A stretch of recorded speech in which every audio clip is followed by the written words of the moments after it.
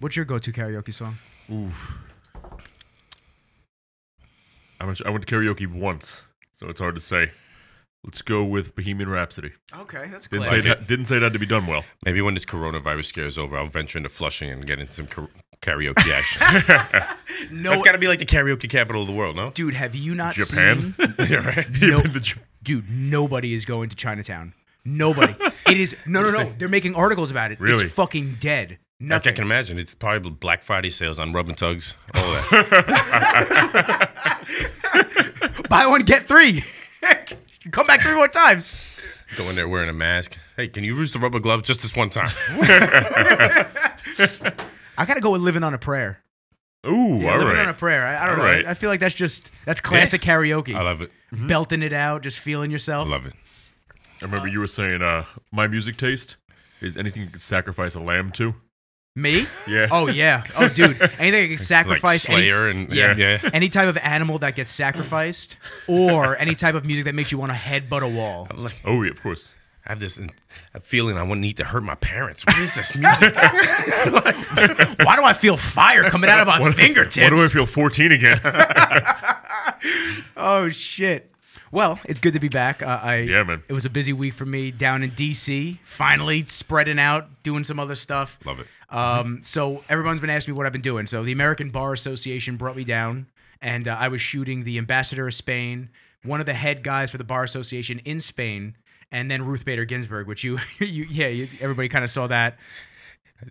How old is she again? Dude, she's like, you know what? I don't even know. Old. No disrespect, She'll but be 25. Just they a gotta, real like, stressful job. They gotta like dust her off, prop her up. I literally DM'd them. I'm like, they're gonna prop her up like Weekend at Bernie's and bring her out of here. 86. Like she's probably been dead for like 12 months. I'm not joking. I felt it was like, I don't know her policies. I'm not political. Right. Like, I just say I stay totally out of it. It doesn't matter to me. If you dig this person, you dig that person. I don't give a fuck. Right. Just don't throw your opinions at me. Don't be like, 100%. oh, you like him? Fuck you. Yeah. That's not cool with me. I'm open-minded. I am too. I'm not gonna persecute you for your beliefs. Don't do it the other way. Exactly. You know? So a lot of people had love for her as they saw her on my Instagram. A lot of people, I was like, whatever, man. She's inspirational. You Yeah, can't I heard the ever women's deny that. women's Yeah. rights Right. movements and stuff like that. She was super important in that era and doing all that type of stuff. But she was not in great condition. She was kind of like dozing off. Crypt keeper-ish. Yo, they didn't know if that she was sleeping or she was like going to answer the question again. Yo, for real, they were kind of just like Zappa. Bullprod. Right. They'll hit her with a question. She'd answer it, and then she'd kind of pause for a hot second. And on a hot second, I mean like maybe 5 to 10 seconds. Ooh. And then everyone's kind of on the edge of their seats like this.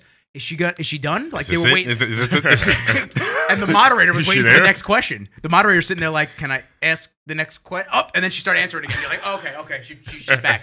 So it was really cool. They got to put her back in the refrigerator. Oh, shit. I'll tell you, it was really cool to see her. It was really cool to see all the political heads that came out. The Supreme Court was like everywhere. Like the security and everything like that, how they locked down a sector of a building. Do they get Secret Service to Supreme Court? Yeah. Right. So she has her own security detail, and then they think they had the Supreme Court Secret Service lock the lobby down. No one was allowed in and out of that floor. I believe it. So it was pretty. I believe it. It was pretty interesting to see that kind of happen. But over the course of the couple days, she was the last day. She was on Friday. Thursday I was there. I was running in and out of the Spanish embassy, so that was really cool to see. Right.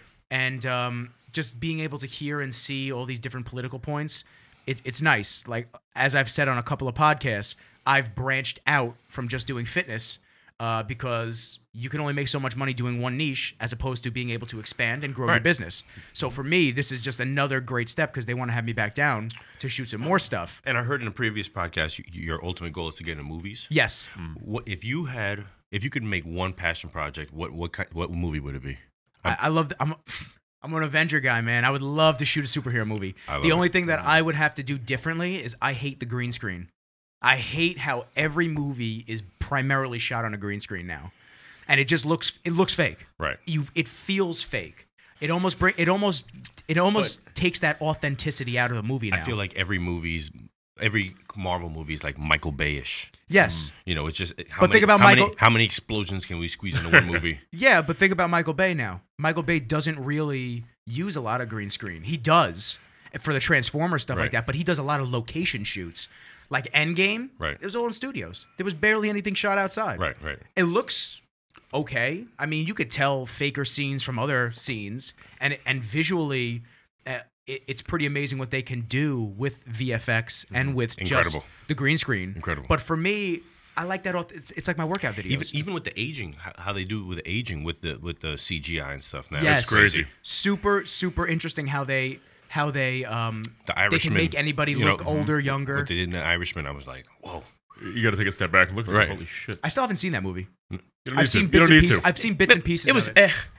It was three hours of it. Oh, you saw right. it? I saw bits and pieces. I but just from can't what take I was Robert De reading. Niro as the tough guy anymore. Oh yeah. It was cool in the 90s. So Nick, what do you think about this? Instead of an Avengers movie, you got to shoot like a Spider-Man 1. I would shoot a Spider-Man. You know what I mean? Like Because that, it's all. It didn't have that back then. They had it. Not to the. It just wasn't today, as I mean. prevalent as it is Yeah, now. yeah. Now everything. Oh, how much can we get done in front of a fucking screen? And then they throw 1,000,001 things out to the editors. Right. Yeah. So I mean, it's cool. Like I said, I like it. What other steps did you have between here and now politics? Nothing. This is my first like real introduction. Venture outside of fitness? Yeah. Well, I've been shooting commercials for doctors' offices. I've been doing a lot of other That's areas. Cool. Yeah. This is my first political getting outside of just. Hold on a second. Let me put my phone on Do Not Disturb. I don't want to be getting buzzed. This was kind of my first, obviously, thing down in D.C. It was cool to actually go to D.C. because I know a lot of people, they'll just hit video guys. Will just probably get them when they're in New York. Right. They won't bring them down with them. Okay. So it was definitely interesting. But I told you I'd tell you. So I'm setting Yeah. up. Let's hear it. I'm setting up for the Ruth Bader Ginsburg event. Mhm. And How'd you land that? that was with the Bar Association. Okay. They brought Right, me okay. through. Yeah. Right. So I'm setting up. I get there like 2 hours early, hour and a half early. And the kid that was with me, Nick, he does a lot of photography on Long Island, and he does video work.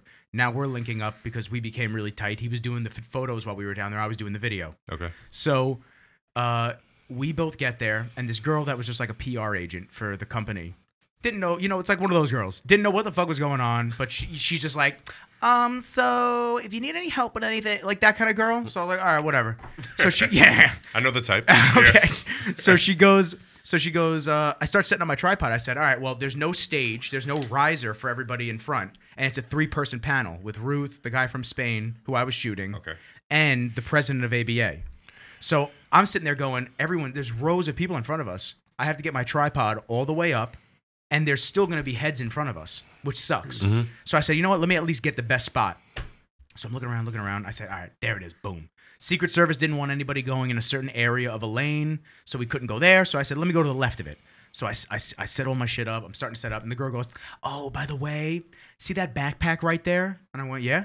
She goes, yeah, one of the other guys said that's his spot. I said, whoa, that's weird because I don't see his shit here. I just see a backpack and a coat. I don't see a tripod. Right. So I said, and then the dude from CNN walks in, and the camera guy from CNN goes, who's supposed to be here? And she goes, oh, that's the other guy that said that's hold his spot. He goes, no tripod, I don't give a shit. I was like, hey, my man, okay. There you go. Me and CNN are on the That same. means what to me? Exactly. What does that mean? CNN and I are on the same page. Right. So I start setting my shit up. He sets his stuff up. I introduce myself. We're talking. And then the dude walks in. And he walks in with all his gear. And he starts flipping out on the chick. He's like, yo, sick, great job holding my spot for me. I really see you put an effort in. And I went, yo, man, maybe it wasn't her fault. Why don't you relax? He goes, who the fuck are you? I don't think I was speaking to you. Who are you even? And I went, yo, man, obviously I'm somebody if I'm looking you in the eye telling you to fucking relax, right? And dude, the whole room just dead quiet. Your spot's really dope, by the way. Yo, and we're just looking at each other. I'm like, yo, dude. I said, don't let the suit fool you, man. What are we doing? Relax. Right. How about you chill? Going off. He's like all fucking mad. Then the dude from CNN, and the girl took his side. She starts getting nasty with me. I'm like, I'm defending you. Puff your chest out, do all the fucking talking you want. So literally, I'm setting up, and every couple of seconds I hear in the corner, like mumbling about it. And then he goes to the guy from CNN. There's one thing I learned. It's don't burn bridges in Washington. I go, I'm from fucking New York. Why don't you chill? How about you chill, bro? Chill the fuck out.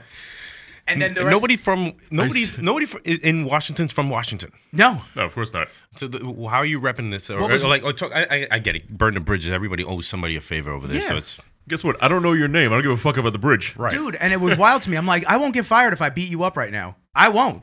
I got my attorney right here, too. My own attorney is right here. I'm ready to go. I'm ready to get in cuffs, and they'll get me out in 3 minutes. Oh, man. I'm like, don't do that shit. You will get fired. You work for it. It was Fox News. That's what I wanted to say. He was from Fox News. That's such a disappointment. I know. I thought it would be CNN, right? No, the CNN guy was funny. But it was very interesting. And then you definitely have cuntiness on both sides. Oh my god! Oh yeah, of course. And then the best part was if we're you can't leaving. admit that, then you're not seeing anything with a level head. Exactly. Yeah. And the best part was we're leaving later after the thing. Like we didn't say it. He'd be mumbling. I'd be like sitting there getting riled up again. I'm just like, oh, shut up.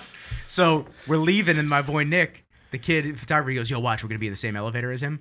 Bro, when I tell you he's in the hallway waiting for the elevator with us, and then he just goes, I'm gonna go to the bathroom. I was like, yeah, you just didn't want to ride the elevator with us. I was like, man, here's my question. And here's my standpoint on that, and it kind of brings it up is I love everybody. You know me. Right. I am cool with everybody. Yo, you always got a smile on your face. Dapping everybody Great energy. up. Great energy. Dude, at the Spanish Embassy, I was there 2 days. The first day I was there, introduced myself to all the bodyguards, all the Right. embassy guards in the building. I came back the second day. I was like, yo, Paco, what's up, boy? He's like, oh, Rizzles. I was having a great time. My whole thing is, how are you not going to just give respect? You don't want to burn bridges? You don't want to be you're going to be an asshole right out the gate because you're due so much respect because you work in a camera union for broadcasting? Are you fucking kidding me? What a jerk-off thing to do. That's what pissed me off. Kiss the ring. Yo, for real. Like, what is that? Nah, I'm out on that. Yeah, I was just like, you know what? I can't deal with that shit. That's why I'm sitting here and I'm like, right when he said that, I was like, am I going to get pushed around as like the young new guy in town kind of doing this thing? I said, or am I going to sit here and bite back and go, I don't know who you think you're talking to, but I'm the wrong one.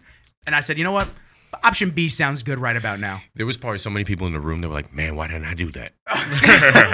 Like, I'm telling you, why didn't I have the balls to do that? The eye contact between him and I was just like, what's going on, man? Like, I don't think you realize. That move would have saved me like 5 years. All the bosses came in. Kid, you're hired. Here, every business card in town. What do you want? Who do you want?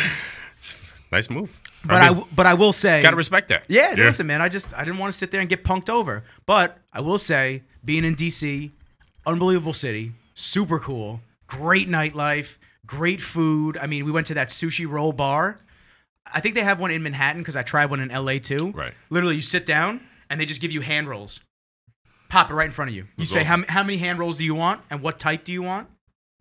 They just keep busting them out to you. Sick. And it's dope. Quick. I'm a sushi fiend. Oh my God, dude. I feel like everybody in fitness is a sushi person. You gotta be. Are you? Yeah, love sushi. I don't know. I feel like the only time I see you is when your girl drags you there. Oh, sometimes I might go out. Oh, shit. I feel like sushi and red meat are like the only things I really crave. And it depends on A good mode I'm in. piece of red meat. The good cut. What kind of red meat? I'm a ribeye guy. Ooh. See, I'm the opposite. I'm a filet guy. Yeah? I like it really lean. I'm a ribeye, medium rare. Nice, like, if you can get the Wagyu's the way to go. Well, that spot, I'm sure that you got spots in, you're in Queens, right? Yep. So I'm sure you got spots over by you that are butcher shops. Yep. That'll give you that good meat. Like, seriously, 100%. like the Yep. best shit. The spot in Farmingdale meat market that I go to, they'll do these flash sales and they'll have Wagyu steaks and they'll be, I don't know, like $10 a pound, which is normally like 20 or that's 30. nothing. Right, It's wild. You can't get steak at BJ's for $11 a pound sometimes. That's Yeah, why it's pretty that's good why I just go to them now. Right. I couldn't continue to taste that.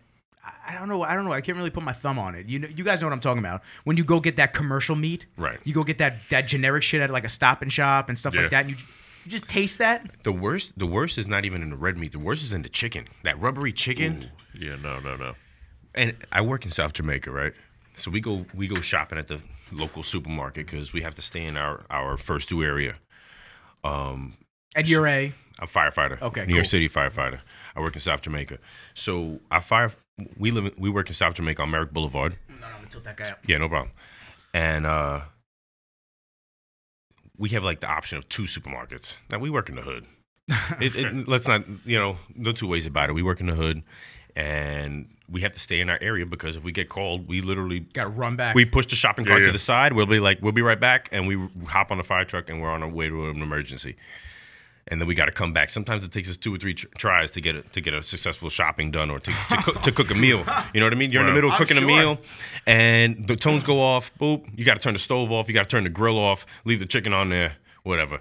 But we get this chicken that is like, I don't know if it's because their pump was full of antibiotics or steroids. Yeah, that's always why, man. You get rubbery chicken, and you can tell. Even when you fry it, you pound it out. Sometimes you're like chewing on it, and the texture is the spit it right out of my mouth of variety. It's and the worst. You just see people throw their whole plates in the fucking trash, and it's like we got it in now where we know that at least if you cut off like the top like third of each breast, that's usually where the thickness is. Yeah.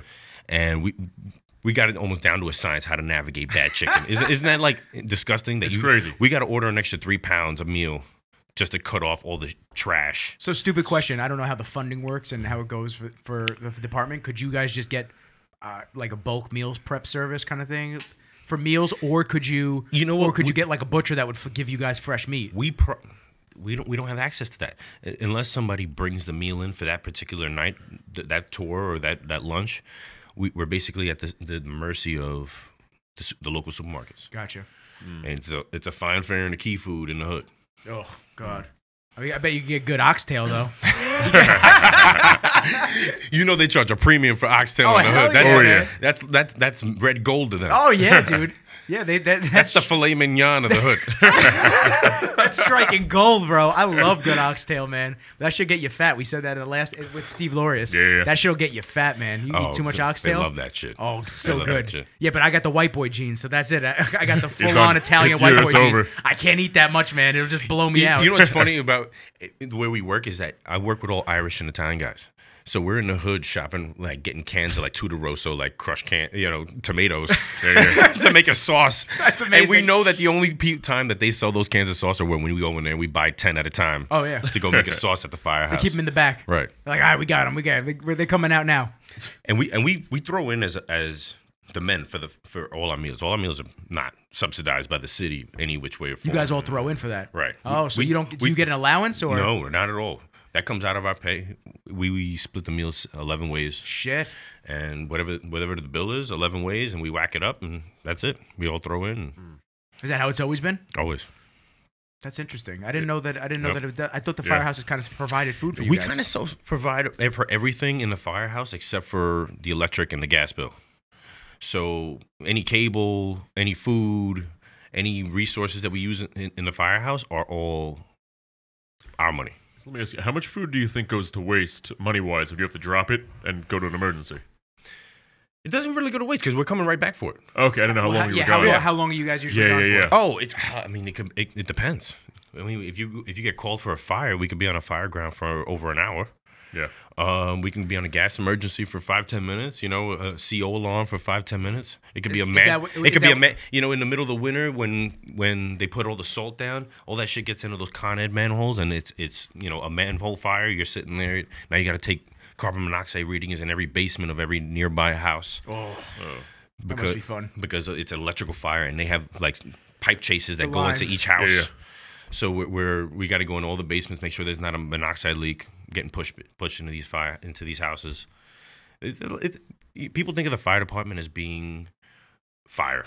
Yeah, that's what I would think. And that's just one of the competencies that we have. We're really just like the emergency department. So if people pick up 911 and then there isn't a gun or violence involved, they send in the fire department. Well, and the paramedics. Right. Which are through you guys or the hospital? They're both. Okay. But anytime anything medical comes over, EMS related, they send the fire department with EMS because we have a faster response time than they do. Right. So they dispatch one of the engine companies to get there, and 9 times out of 10 they get there before the EMS does. Gotcha. So they get there, they have the initial pre-patient care and stuff that they go through, and then they turn that person over to the EMS.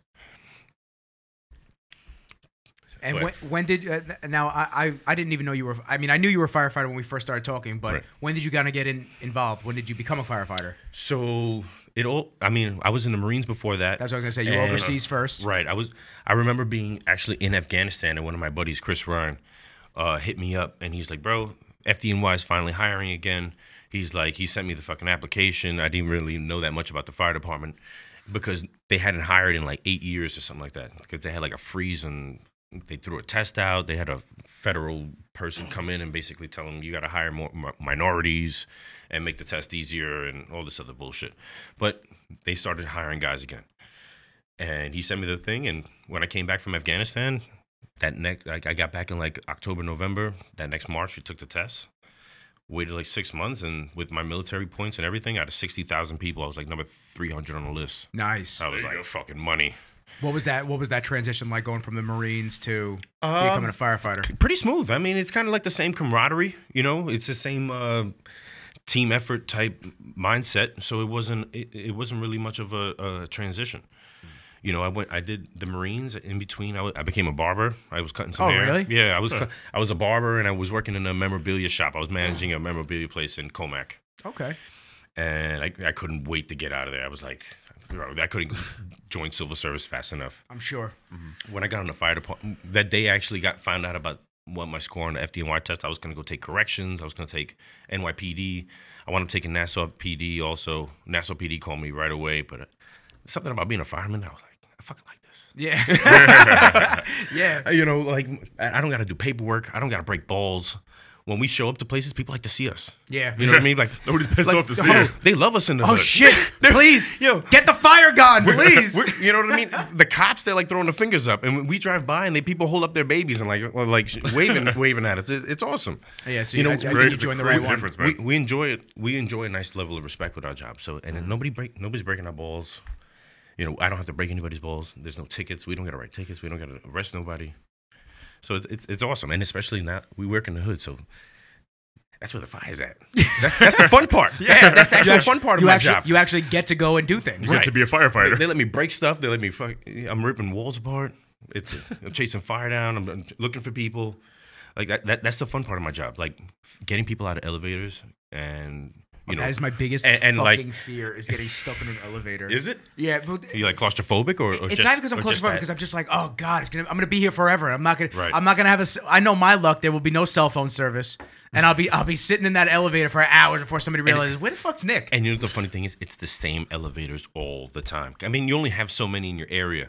But it's the same elevator in the same project, like 3 days, 4 or 5 days a week. And it's like, you got like a 50-50 shot. I would just take the stairs every time. I mean, but there's some people that don't have that option. Yeah. Imagine you just put that on a sign on it from your local firefighters. You know what just take the stairs. Yeah, but like now you got to walk 5 floors in these pissy hot project steps in August. You know, like I'm thinking one flight of stairs. The living are is nice stairs. Yeah, you don't the living be is a little different between us. It's just piss and Dutch guts. Dutch guts. Residue everywhere. You can feel the THC on the steps. Like you couldn't make it to your apartment. Like you got to live here. You wouldn't be here if you didn't live here. Yeah. Yeah. You're not coming. You're not just visiting. Right. You're not just seeing the sights. No one's just hanging out in the project steps, walking up the stairs. Right. I'm curious before we kind of dive more into it. I'm curious about the Marines. What got you into the Marines? Like, why did you join the Marines? I hated school. Okay. I wasn't a student. I was a good test taker. I was really good at taking tests, but when it came to like going home and doing homework and writing papers and stuff, I was like, I just spent 8 hours at school doing this. I'm like, why do I have to do more? I was like, can I just take the test and let you know that I know what I'm talking about, or and that gets you through high school. But when you get to college, everything's a 10-page paper. Yes. Yeah. Minimum. Everything's a minimum 10-page paper. And I was like, I don't even know what I want to be yet. So where did you go to high school? Holy Cross High School in Queens. Okay, and then you did college, or you didn't? I went straight to the Marines. Okay. I was in boot camp 2 weeks after graduation. Oh damn! Wow. Signed up, ready to go. Yep. And this is what year? I graduated 2005. Okay. So kind of like at the height of everything, like right in the middle of everything. We were going down? 4 years in. 4 years after 9/11. Yeah. So it was still... 9/11 was my first day of high school. Oof. 9/11 was my first day of high school. 9/11, I was in like first period biology on my first day of high school, and I'm looking out the window. We're on like the 3rd floor of the school, clear shot view to Manhattan. I'm looking. You saw everything. I'm like raising my hand. I'm like, what the fuck? Hey guys, I'm like 13 years old, a freshman. I'm like, there's something. And then the second one happened, and then the teacher darts out of the room and doesn't come back for like 45 minutes. And then we're like, what the hell fuck is going on? And then they come back, and both my parents work in Manhattan. Oh, wow. And now I live in Maspeth, Queens. I'm all the way clear shot across Queens. I take 2 buses, 2 trains to get to school in the morning. So what do? They only allow the kids to go home if your parents come and get you that day. Ugh. My parents are in the shit. Yeah. You know what I mean? So all the kids who live nearby in Whitestone and all these nearby neighborhoods, their parents came and got them. They wouldn't let us go until 12:15. By 12:15, all the buses weren't working, all the trains weren't working. Everything was shut down. Yeah. I was literally sitting on this LIE service road for like 6 hours.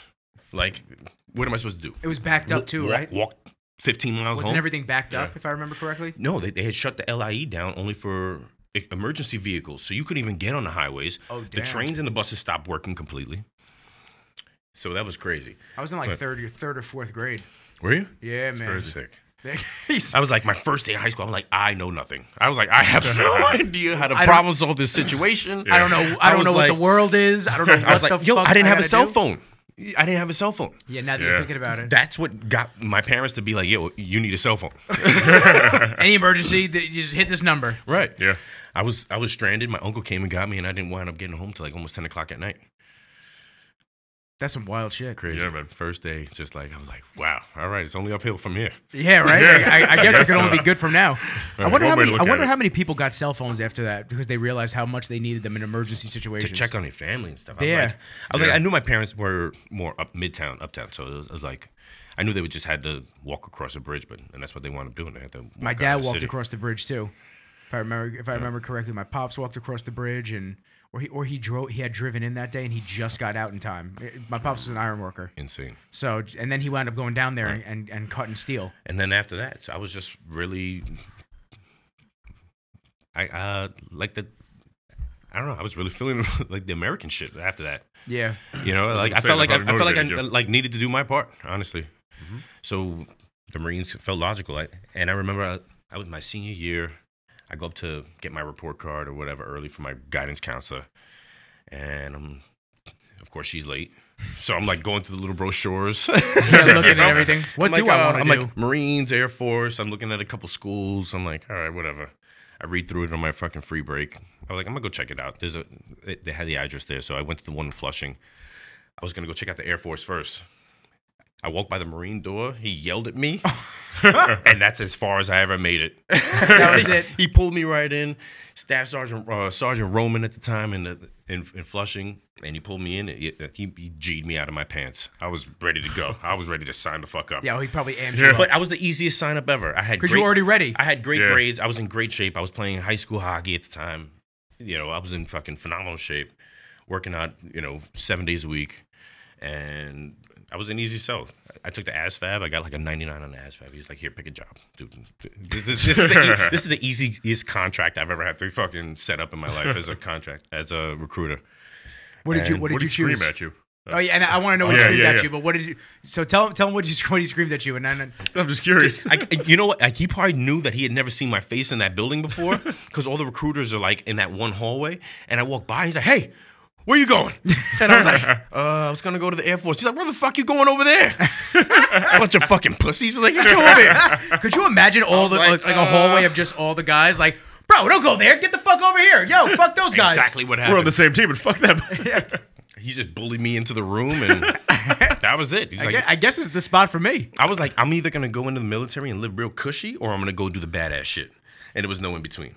I was like, because the Air Force bases are like country clubs. Oh, are they? And Yeah. the Marines are like the poorest of the poor, but they get the shit done and they're just fucking badass. They're nut jobs. And I'm lucky I picked the Marines because it just gives you a different mindset on life. And it's make the most with the least, get the fucking job done, no excuses, and that's it. That's the mentality right That there. is. Yeah. And so now you signed up for the Marines, and then I signed up for the Marines. And what two weeks- section were you? I mean, is there different Oh, areas yeah, or? yeah. I told myself I was going to go to the Marines and get something practical out of it. Okay. So, what is an emerging thing that I could focus, get a certification out of or some experience in that would transfer into the civilian sector? So, I did computer networking. Oh, sick. All right. So, I became 0656, which is the numerical name. They sent me to, after boot camp, I went to boot camp at Parris Island. And Where's that? South Carolina. Oh, nice. It's in a fucking swamp. It sucks. Oh, so not nice. No. And I went the last week of June, and it's just So swamp, hot. Georgia swamp, like no breeze. It's got like the Jurassic Park sized mosquitoes. Oh god, it's so itchy. And you're just like watching the guy in front of you get his like neck slurped on by some Oh, prehistoric sized mosquito. I just don't get why people say like when it's really cold out, like why do you live where the air hurts you? Like why do you decide? You know, I'm gonna What's move the here. alternative? Yeah, earthquakes, mosquitoes, Right. Landslides. I'm Tornadoes, droughts. good. I'm good, man. Wildfires. I'll take the off chance we have a snowstorm now. Seriously. What has it been the last couple of years? We don't get shit over here. I'm with it. I I like love global warming. I don't know what you guys are talking about. Fire that Hummer up. Fucking Jack's got a Hummer. My boy's got a Hummer. Every time he picks me up in the snow, I go, man, I love this thing. Gotta get another one. It's so obnoxious, but it's so American at the same time. It's so American. That's why I love my Jeep. Excess. You see there? Yeah, I have a V8. I can't really. I'm kind of in that boat, man. I love that Audi. Oh, there's no reason that they should have put a V8 in that car. I love that Audi. Thank you, man. I love my car. I had a girl tell me she wants an S8, and I'm like, what the fuck are you gonna do with an S8? I was like, Who are you driving around? right. I was like, I'm starting a limo service. But for the gram, and she doesn't even have a car right now. I'm like, there's like 15 steps you skip before an S8. You gotta get the Civic. I was like, you could you gotta easily crash get the Civic. You gotta crash the you Civic. could get like an Accord hooked up. You know what I mean? And pay a third of that. I was like, you could even get like a baby Benz or Beamer. You know? The Accord's got to get stolen. So you got to have at least one boot on your car, and then maybe you can get an A4. And then after the A4, you can think about getting an S8. Right. I was like, you own a house? I was like, but an S8, that's awesome. You can drive that. You gotta love that. You gotta own the garage to put the S8 in before you get the S8. Yes. I need something like that in my life before I go. Yeah, you have to. That's the boss shit. Yeah. That's some roll through the street. You pull up, big body. It's like you get out the car. I just think the Transporter. Yeah. Oh, dude, those are the shit movies. That's I what remember got- seeing that. I was like, wow. That's what put S8s on the map, really. But I felt like the S8 like slacked for a few years. Yeah, it's the same shit. Compared to the S550s, you know, the S63s and stuff like that. I feel like they could have took the S8 to a different level. They could have. They Howdy. were kind of in that transitionary page of. They kind of got more aggressive with it. Yeah, then now the new ones are boss. The new ones are sick though. Yeah, they Right. do everything in those things. I'm shocked it doesn't do my like someone's taxes too. It's like, hey, oh, yeah, you got a good return on this one. It's like, holy shit, the car's talking to me. It's doing my taxes. Yeah, man. I have the S5 since 2014. I love that car. That's my favorite car. Awesome. Ever. I love that thing. But at the same time, I know I got to get something new soon. Practical. Not even practical. Yeah. It's kind of practical, man. I got to tell you. Practical enough. I get great gas mileage on that car. Do you? Yeah, people tell me all the time. It's like, oh, it's a V8. Go. I'm like, listen, man. Stick? Auto? Stick. Yeah? Just throw it in sixth gear every time I can. That's No it. shit. Yeah, I love that car. But now with my business and the dog and everything coming down the line, When do you get it? 4 weeks from now, I got to drive to Still 4 more weeks. You gotta wait. Yeah, he's going to be 10 weeks old. Damn. Yeah, he's going to be 10 weeks old. So the breeder sent me another picture of him.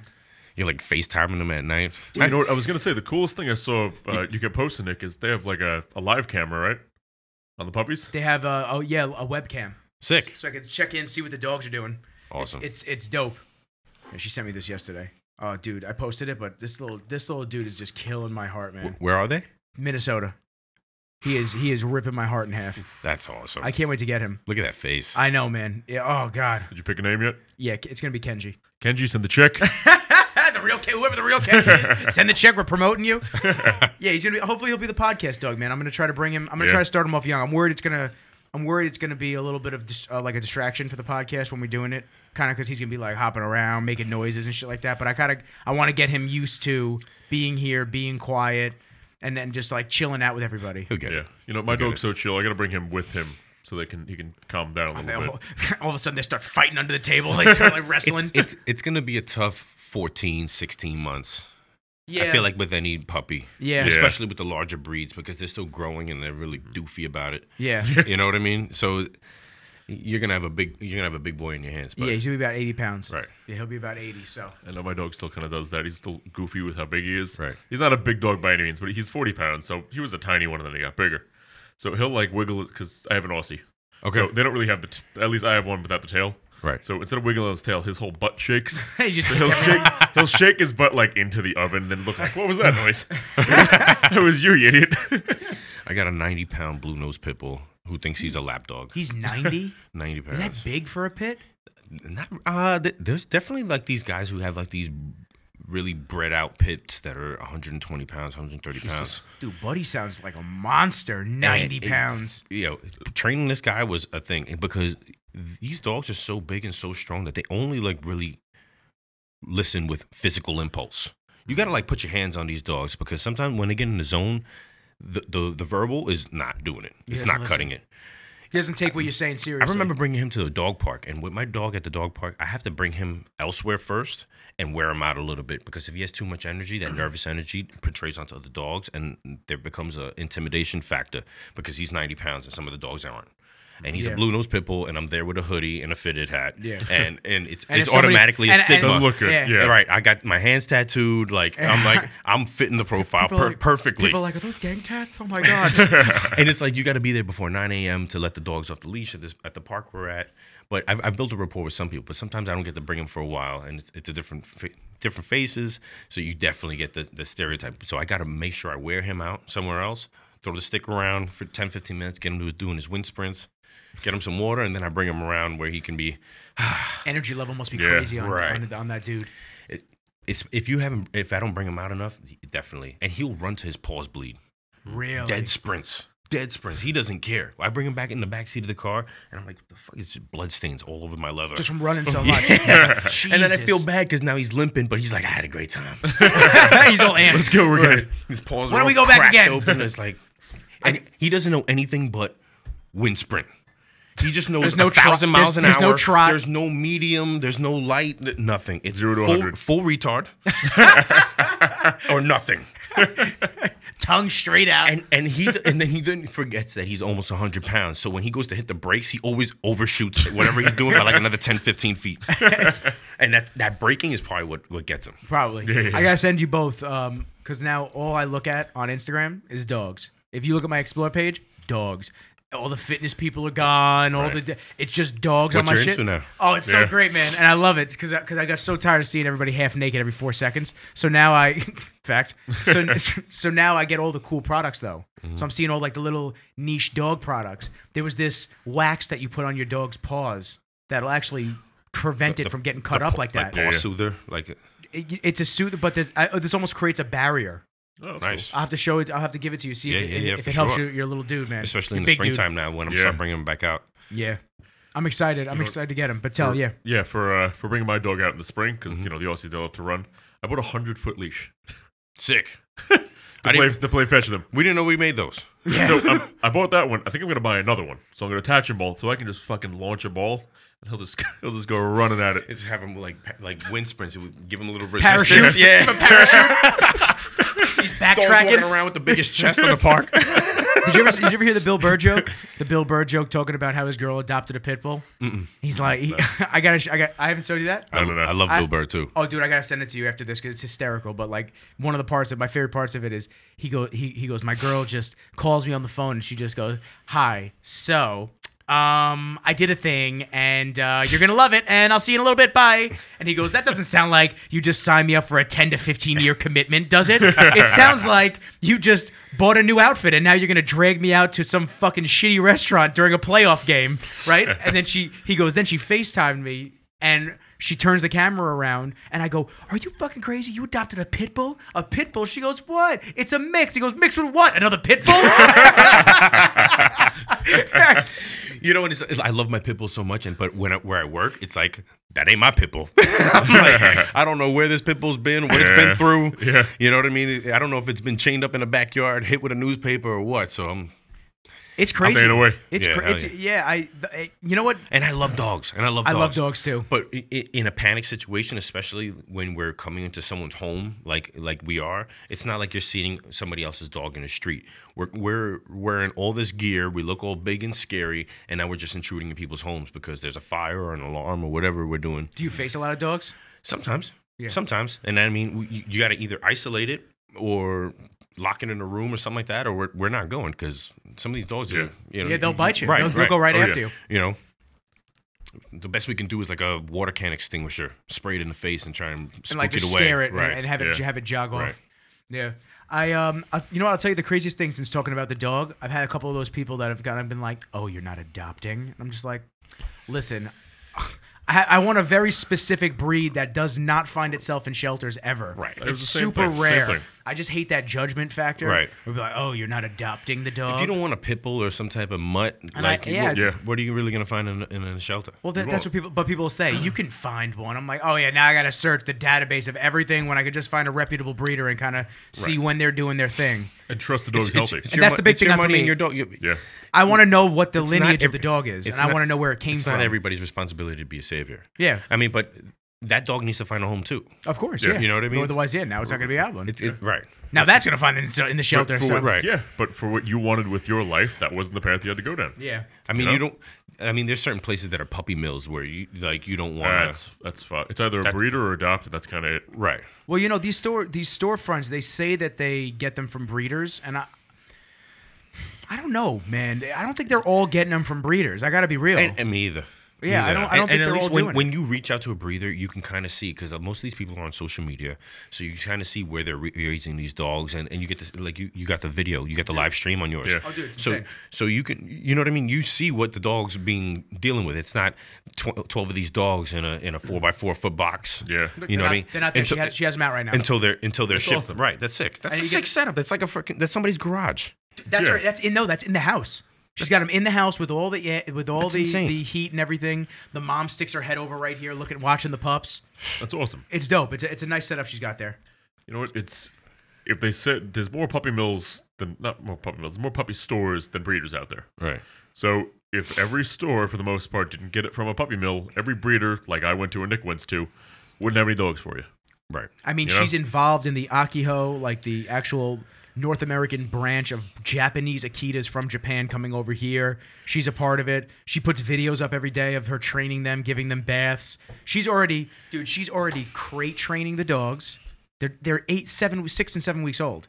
Crate training, potty training. They all go in the actual basket now. Sick. They know where to go. Awesome. She clicker training them, and she's also doing different mind games with them. So she'll put new barriers in front of their food, have them go around it, learn to problem solve. She's doing bartering. She'll give them a treat, and then she'll have a better treat in her hand, and she'll make them give that treat back and then take the other one. That's awesome. I said, cool. That's a cool one. I said this dog's gonna be able to fucking run my business I for didn't me. even know that there were these levels of communication with Yeah. with dogs. That reminds me of do you ever see the dog food bowls, the dogs that eat too fast, and it's like all these ridges and stuff in the Spiral, bowls? the spiral. Yeah, there's dogs that are like that one where they'll give the treat back to get the better one, and you'll see dogs that have that bowl like, oh, that's in the way. They'll knock the bowl over, and then just now there's nothing in my way anymore. Yeah, fuck it. I'm just gonna get everything out of the bowl. Figure this one out, Mom. Jax is a savage. He inhales his food. Yeah, maybe we should get in that bowl. There's no savoring of anything. It's Nothing. just, and the biggest thing was getting him to be able to hand him food without him taking your fingers off. Oh, he like snaps at it, and grabs it. Because he gets so excited. He's like, "Oh my god!" I'm Hey, getting it's not out of right. anger. It's just he's Yeah, dead. yeah. And it's just giving him that calm energy. You know, Here you go, easy, take this. easy. And My then, dog and then, wouldn't- and then he just nibbles on the end and gets it from you. Yeah. Instead Yeah. of but meanwhile, my dad's wife has a Chihuahua, and you give her you offer him a piece of food, and he takes finger half off. your finger with it. Yeah, it takes a nail with it. He's It's a- like, oh shit, I didn't need that nail. He's a vicious bastard. Those small dogs are the meanest, man. They're the worst. Meanest. They're the bastard. fucking worst. He's like the angriest soul I've ever seen. There is no Something soul. That lives. It's just a little ball of hate. Yeah, just- why are you so angry? My God, it's like little short girls. I love you. Don't say that about Little Short Girl. I'm sorry. Yes, Marcus loves you. He didn't mean it. Short girls, Marcus loves you. To kind of transition from dogs, because we could talk about dogs all day. 3-4 hour podcast. Yeah, man. What was crazy to me that you had brought up to me was the transplant situation, which I had zero clue, and I want you to talk about that. Most people wouldn't. It kind of just came out of nowhere. So I was in high school. Like I said, I went to Holy Cross. I was going to school. Junior year, senior year. There was a teacher, Jen Doxey, that I was close with, and we just, I took AP biology on my senior year because I knew she was teaching it, and I graduated. She was pro-military. We were cool friends, so we stayed in contact. When I went to the military, I gave her my email. Mm-hmm. I went to Germany. I did a year over in Germany. Came back. How'd you, a side subject, how'd you like Germany? Unbelievable. Yes, best year of my life. I heard it's dope out there. Best year of my life. I was 18 years old. I was making great money being deployed over there. I had no overhead. I was living in the barracks, and every other weekend we were in a different country. We were doing something different. We were partying all over the place. And being from New York, you stick out like a sore thumb. Yeah, you know what I mean? You emit a certain aura. Yeah, ask the dude from Fox News. And it was just every weekend was a different club, or we were in Switzerland, or we were in Austria, or we were in Czech Republic, or we were in Mallorca, and everything is we would go to the airport on days where we had 3-day leaves. And they have like these little alleys in the airports, and it's like different travel agents, and they'll almost like barter with you, or like against each other, give you better to rates. get the business. And I think me and my buddy Danny, we went to Mallorca, and it was, I think we paid like 70 euros, and it was literally just the tax on the ticket. That's sick. To go to Mallorca. We were like, bro. Then we went back 2 weeks later on the same deal. We just packed ourselves a quick little weekend bag and just hopped on a flight. And anywhere you go in Europe, it's just a quick train ride. Yeah, it's That's not like the awesome. U.S. It's where unreal. it was awesome. Technically, you go to different states, but I feel like it's not as interesting as going to different countries. I was stationed in Stuttgart, Germany, so it's like 3 hours in any direction. You're in a different country. It's crazy. You know. What was your favorite place to visit? Paris was pretty dope. I love Paris. Paris was dope. Switzerland was dope. Switzerland was great. Mallorca was awesome. What's Mallorca? Where is it located? Mallorca is the island next to Ibiza. Oh. Yeah, so we went down there. So it's like Ibiza's little cousin. I was 18, 19 years old, and it was like Cancun for Europe on spring break, and they call it holiday. You know what I mean? So it's like the first week of June or whatever. They're all off of school or college or whatever. And I went down there. It was like Cancun in Europe. I was like, this is sick. I'm 18 years old. I'm making good money. I was like, what's better than this? I spent 4 days on the beach and partied all weekend. And all the bars and the clubs are right on the boardwalk. I'm super jelly right now. Yeah, that's awesome. I know where I'm going. Yeah, and it was sick. I came back for a girl, and it was the worst. It was the worst decision ever. They offered me, and they were only giving 1 year contract, so you get to go out there on like the privilege of the lieutenant colonel liking you, because it was such a small command. And he was like, yo, you want to stay out for another year? And I'm like, nah, I got a girlfriend. I got to get back. And I got back, and like 2 weeks later, done. Yeah. I was like completely heartbroken. Yeah. I was like 18, 19 years old. I was so bad I didn't even want to be in New York. And I went to Kansas. I went to Kansas State for Kansas State for 3 semesters. My dad was out there in the Army. I go out there to just get away from New York, clear my head, go to school. Heartbreak will do some fucked up shit to you. Crazy. Man. Yeah. It'll do some wild shit. I was all fucked up in That was head. actually similar. I went to Miami. My long-term relationship was like 3.5 years. I went to Miami, and every 5 minutes she was texting me, "Oh, you're behaving, right?" I'm like, "Yeah." And I actually was. I wasn't doing anything. My boys brought girls back to the hotel. I was too young to go to the clubs. Right. I was like, what was I? I was 20. Yeah. So I wasn't able to go into any of the clubs. Yeah. It was like the worst. So I Why even go? I could hang out on the beach with them. I could do that, but Yeah, I yeah. couldn't go to any of the clubs. So they would go to the clubs. I'll never forget, both nights they bring like 5-6 girls back to the place. And we had a penthouse. Nicky the choir boy. My man, listen, I am super transparent and open and forward. We had girls running around butt naked. Running around. And I'm sitting there just like choir boy, just like blinders on. Man. I'm like Seabiscuit. I'm like Seabiscuit in the fucking race. I'm like, nah, man, focus on your shit. Focus on your shit. Bro, 5 months later we broke up. I was like, oh my God. Yo, that one. You guys go back to Miami? That was the one and only thing. And I told myself, I'm like, I will never make a big life decision over a female ever again in my life. Yeah, and this goes vice was versa like, that was for female crazy. listeners listening. Right. This goes for them too. Don't make a decision over males either. Don't make a over decision men. for Especially- anybody else but you. Especially now in 2020 where things are so fleeting. People's attention is so fleeting. And that's not to be a skeptic. It's just, it is what it is. Yeah. You know what I mean? Not choosing you first is a big mistake every time. Yeah. That's the issue that I've been having lately. I know we're transitioning from the story that I wanted you to tell, but I'm sorry. No, we'll that's get me. back- That's me. no, I it's asked good. about Germany, and then we got into it. I'm wild with the tangents. No, that's fine. We like right. it. We like it. That's kind of like if we're gonna talk about that real quick. That's kind of where I've been lately. Not that I get depressed. I don't get depressed. I've been single most of my life. I get into relationships. I get into pocket relationships. I'm with girls for like maybe a year or so. After that 3.5 year one, I've been with girls for like maybe a year, and then it just ends, and I'm single for a while. And then I'll maybe get back with somebody, and then I'm single for a while. And I was thinking about it lately, and I'm just like, man, I'm so forward about everything. I'm so transparent and real about everything. Not a lot of people can take that. They can't. They can't. They want to be told, "I love you, baby," blah, blah, all the blah. time. And I'm not saying I don't do that. And I'm a realist. I'm not saying I don't do that, everybody. but I'm not going to sit here and stroke your ego all fucking day. And I know there's a lot of dudes that will do that. Yeah. And so it's almost like, not that I've been going back on my ways, but I've been sitting there thinking, I'm like, listen, I'm 28, I'm still single. I'm like, okay, let me, this girl doesn't answer me right away. I'm just like, normally back to, my normal message would be like, all right, fuck her. I don't want to talk to her now. Like, if you don't have the authenticity to answer me when I know you're on your phone, I don't want to be bothered with you. Now I'll be like, okay, let me give her a little while longer, or let me see this. And the last couple of times that I've actually allowed myself to relax a little bit and not be myself so much, it just like shits on me. I'm just like, I gotta just be me. I just gotta go. Yeah. I just gotta be like, fuck you if you're not gonna give me the respect right out the gate.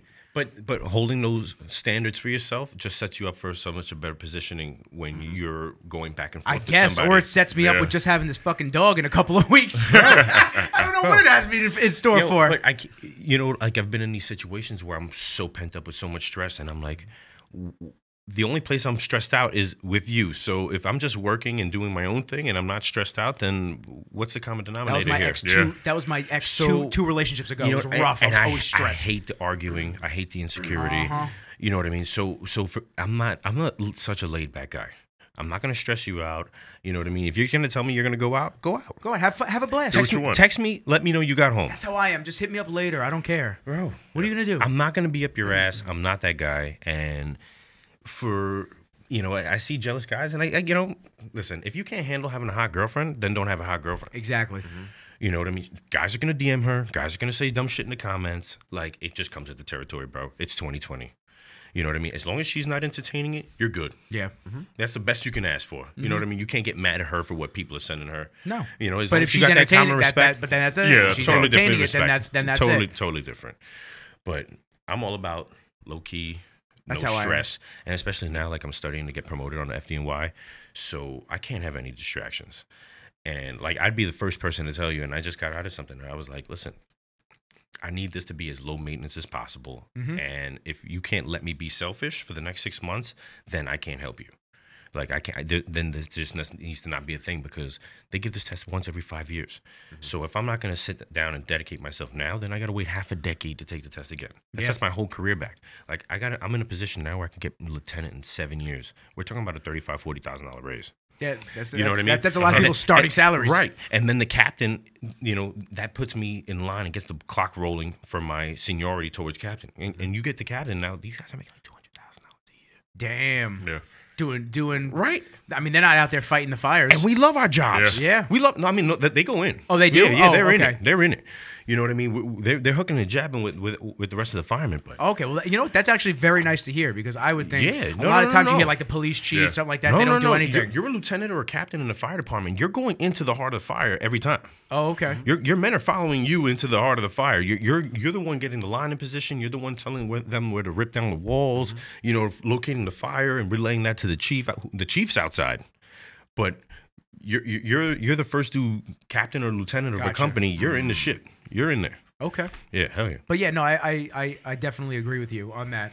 I'm in a time of not that I have to be selfish, but yeah, I'd like to have somebody. I'd like to have somebody that I could count on.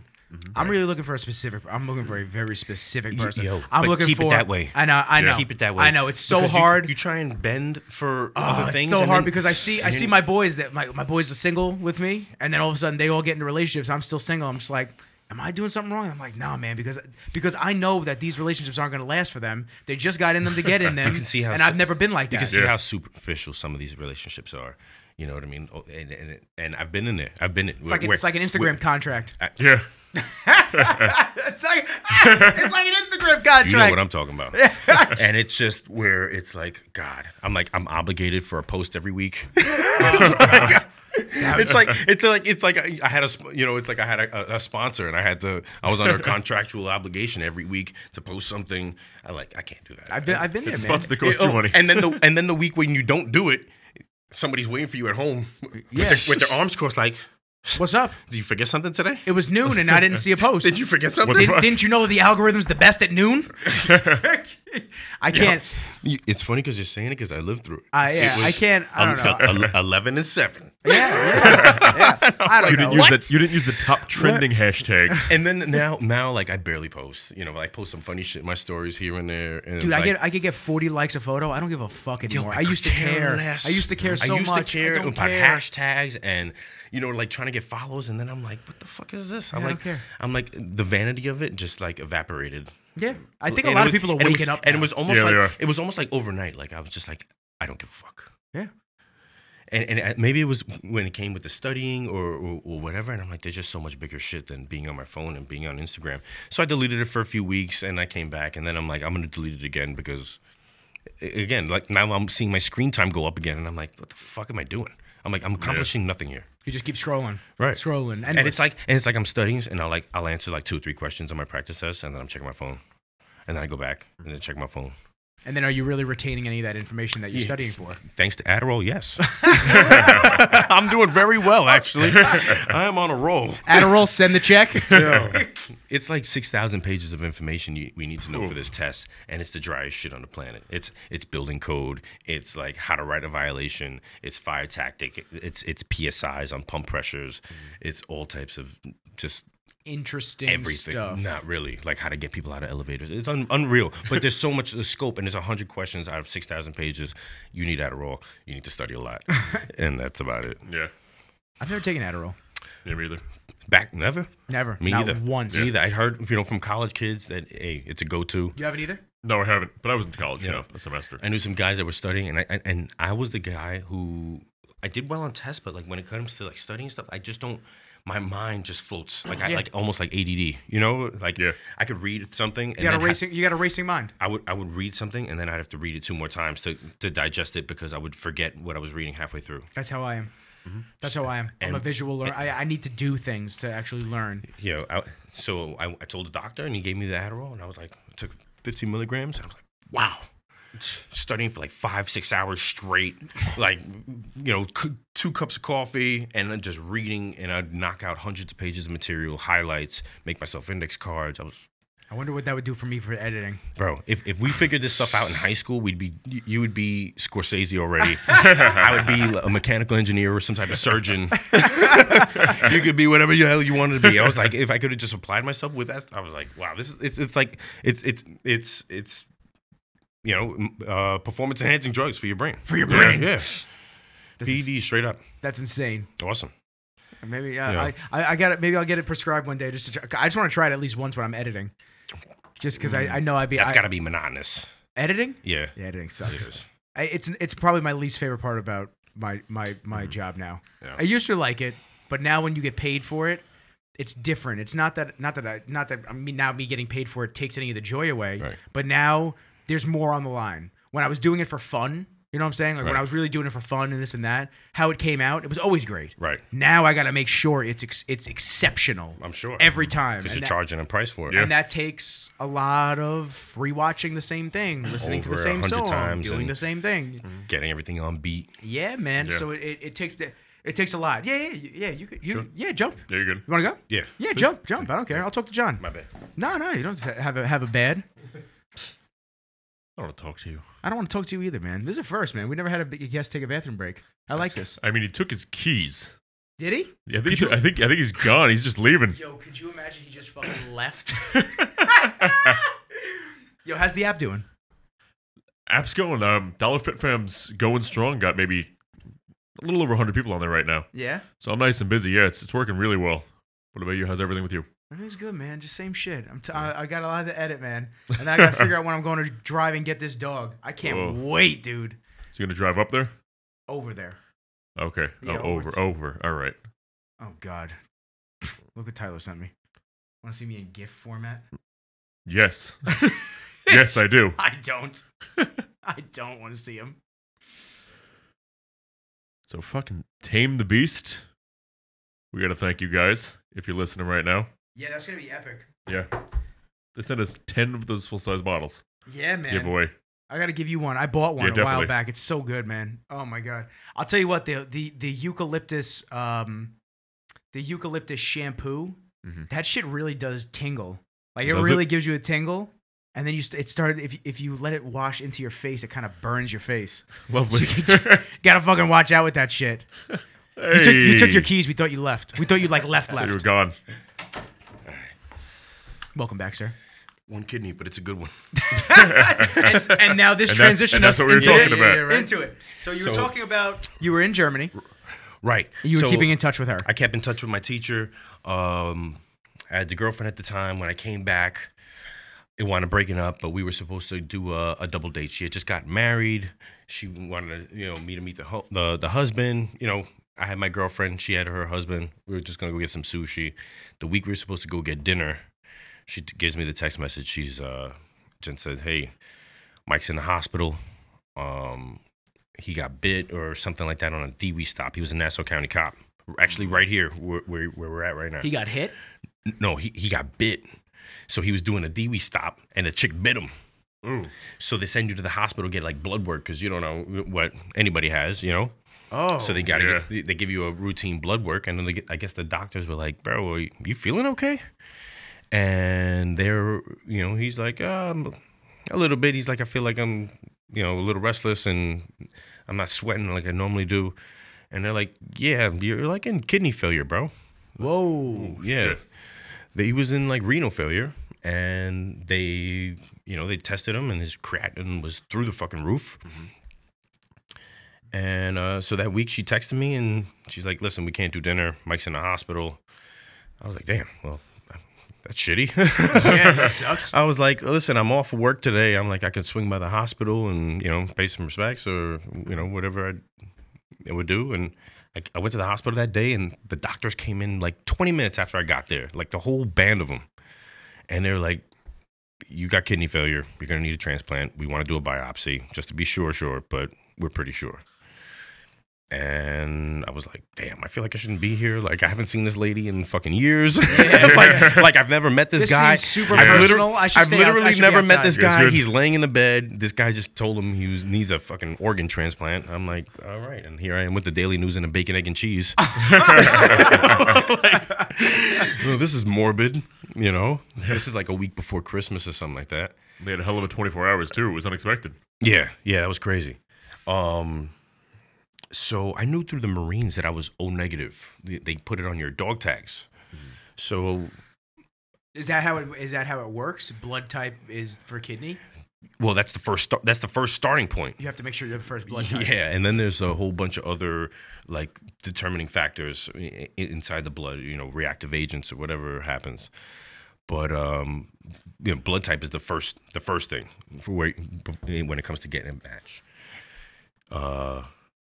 So I was like, "Hey, I'm O negative, which is the universal donor," and I was like, "I'll give it a shot." You know what I mean? No harm in seeing what happens. I get tested maybe a week later.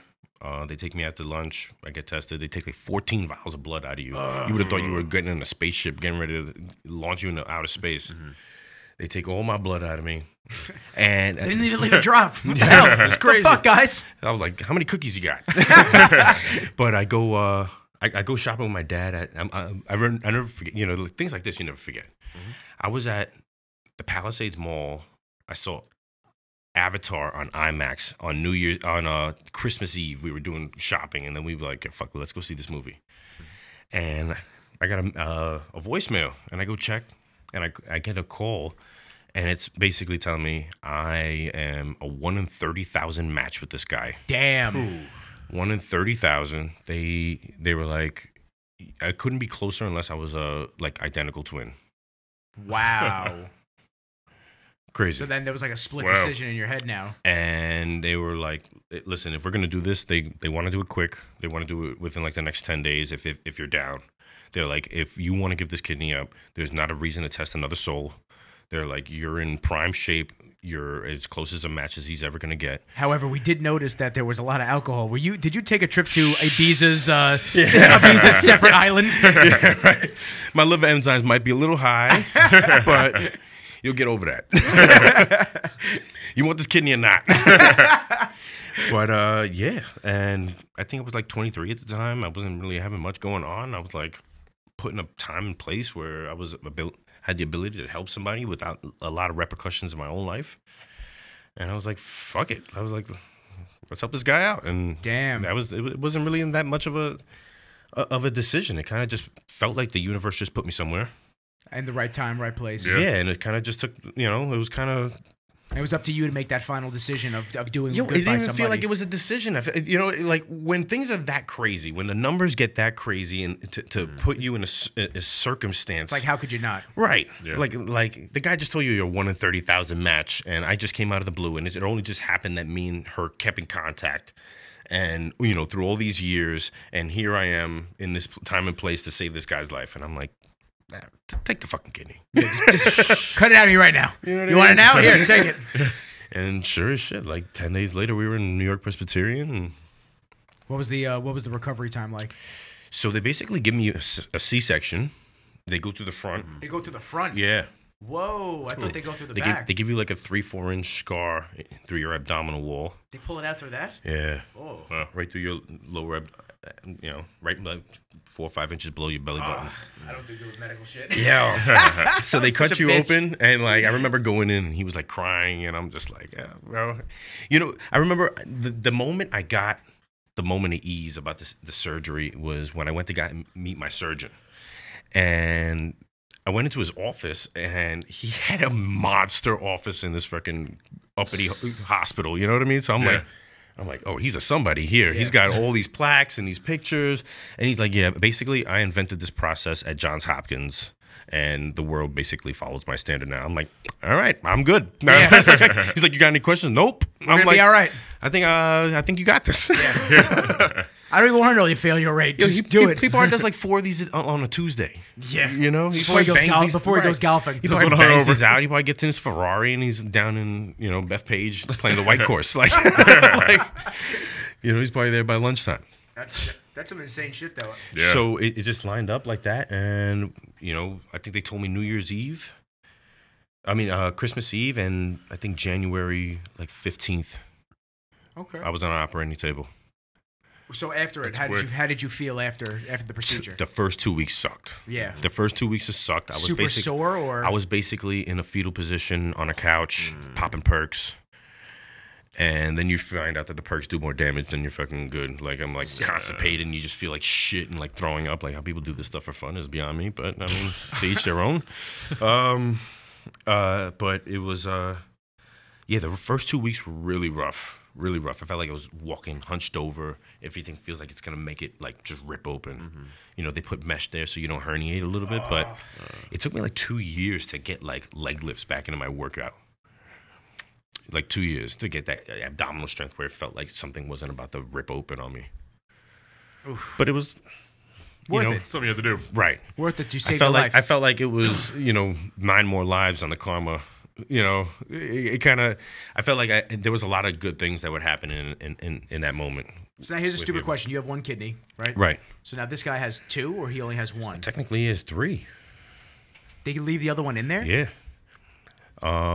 If they completely just die out, your body just like cannibalizes them, just eats them up and dissolves them, and kind of just goes on with it. So they kind of just like shrivel up and do nothing. Could he not have lived with 1?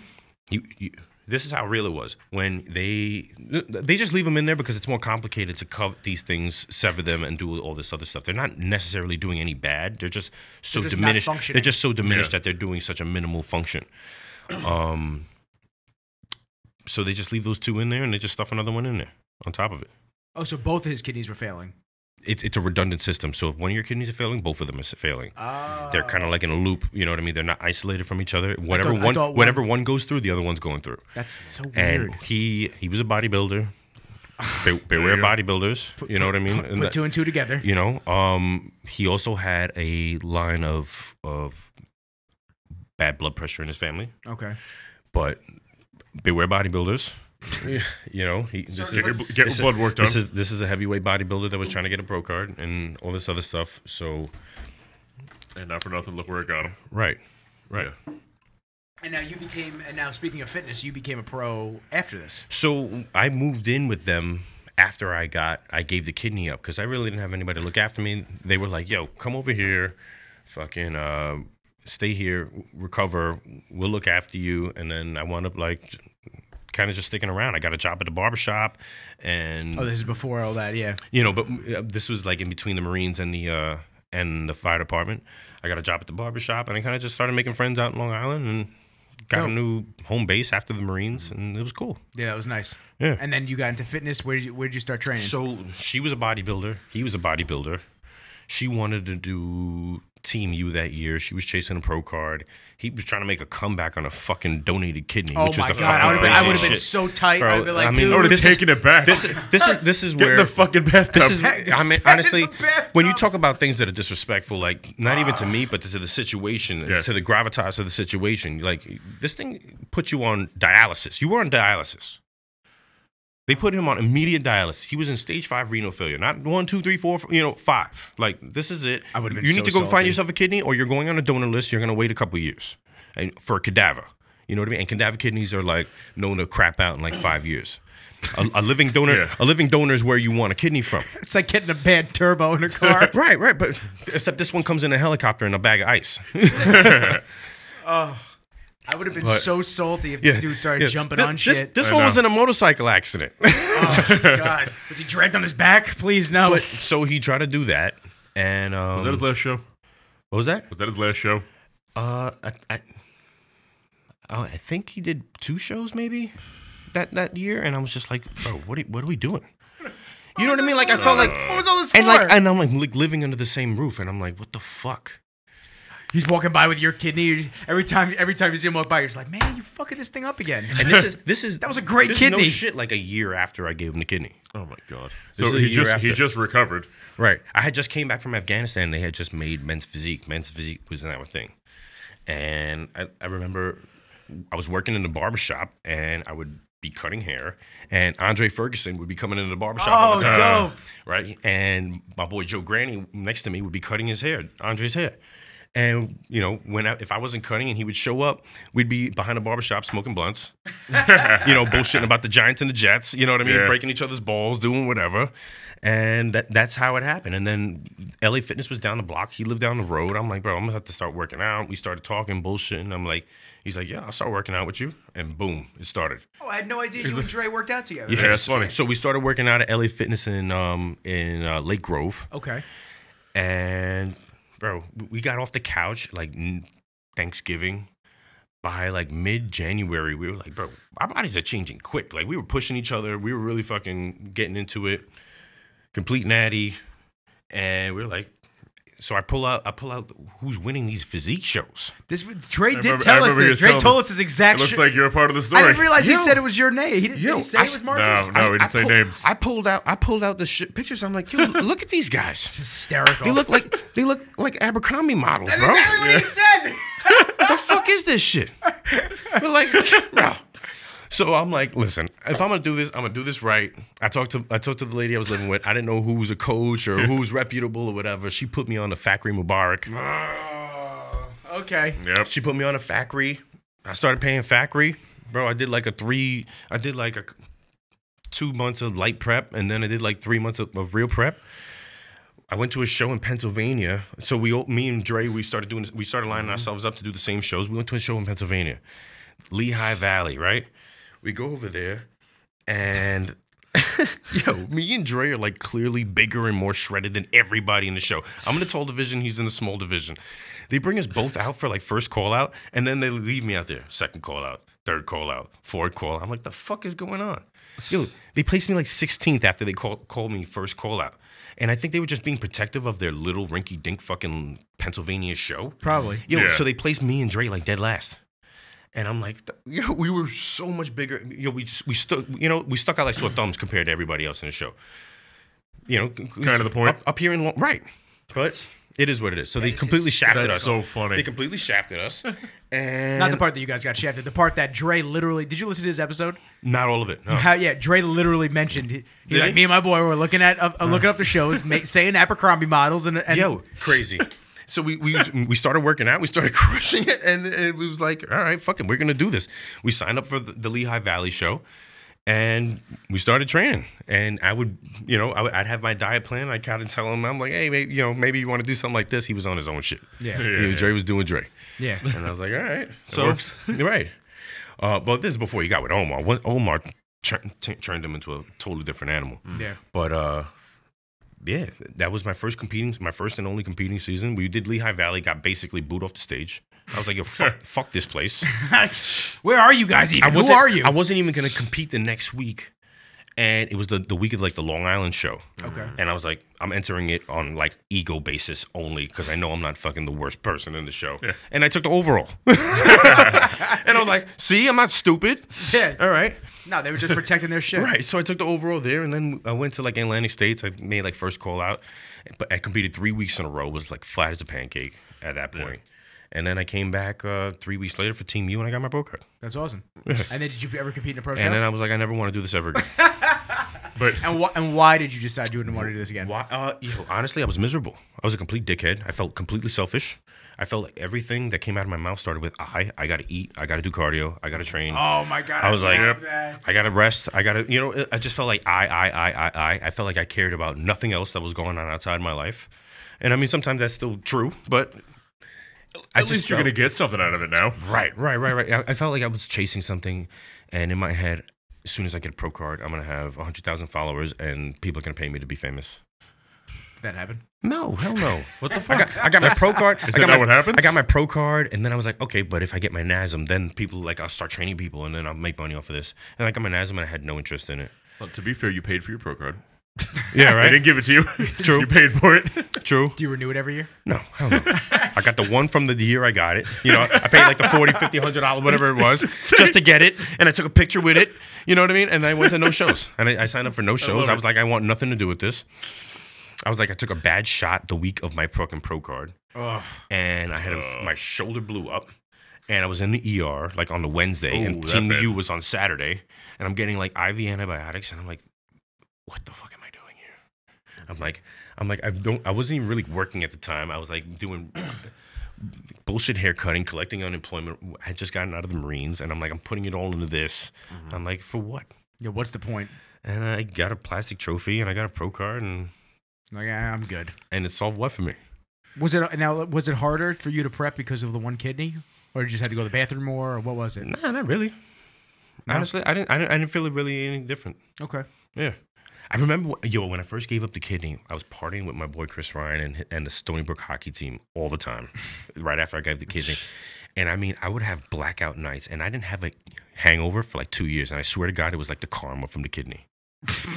The karma from the kidney. I swear to God. And I remember. You were blessed by never having a hangover. For like a year straight, I would wake up, and I'm like, wow, I feel okay. I feel like I don't remember last night, but I feel okay. I feel great. So How is that? We gotta start writing stuff down. So one kidney equals 1 year, right? Yes. On the karma spectrum. 1 year. Yeah, it was honestly, I couldn't explain it, and I was like, they were like, yo, do you feel any different? I was like, yeah, I don't get hangovers. That's sick, man. Whatever, I'll take it. And I was like, I really wasn't expecting Yeah, anything. fuck it. I had people coming up to me. Did you ask for money? I'm like, no, I didn't ask for fucking money. Like, you gotta save somebody's life and be like, yeah, it's gonna cost you 20 stacks. Yeah, by the way, I expect 30 grand in my mailbox. Right. Clean bills. Or I'm a no-show. No-show. The day when they scrub you in, I'm not showing up.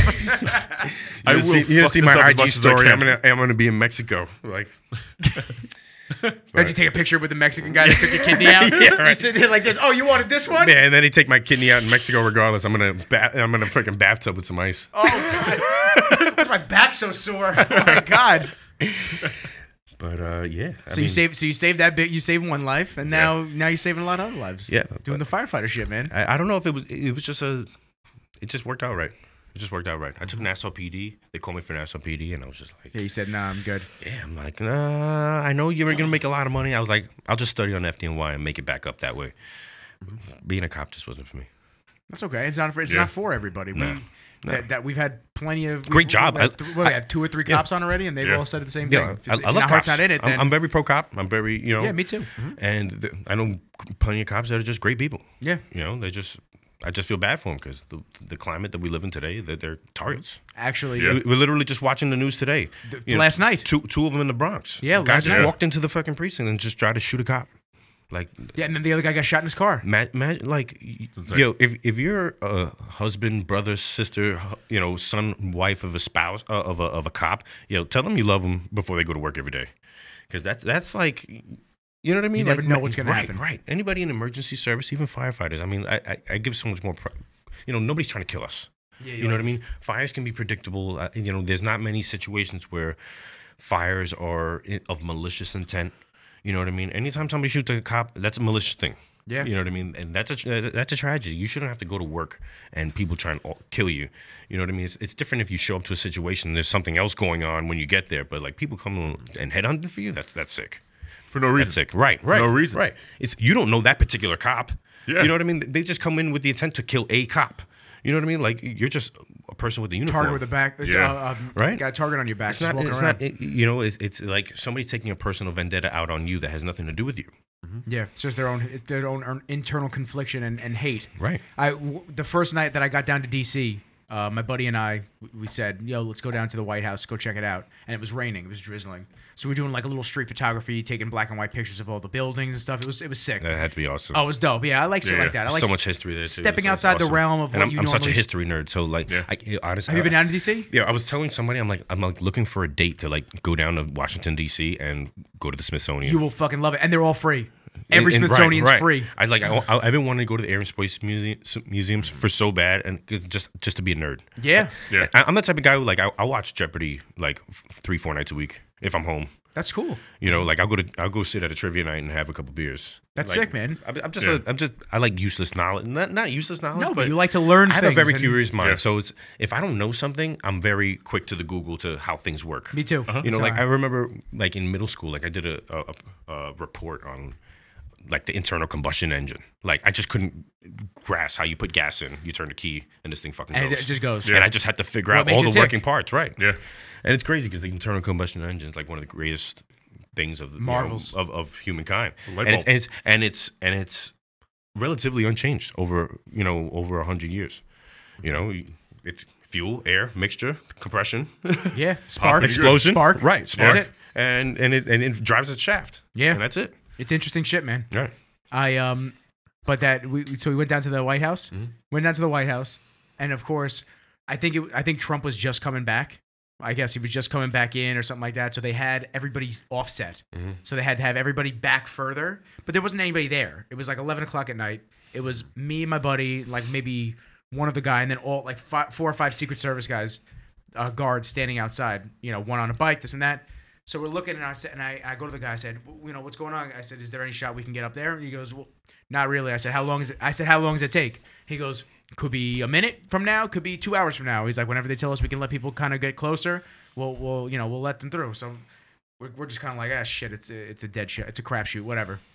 So he goes, yo, you could see the White House better from the left side. Right. So, all right, so we walk over there, and one of the guys, the Secret Service guys, is on a bike.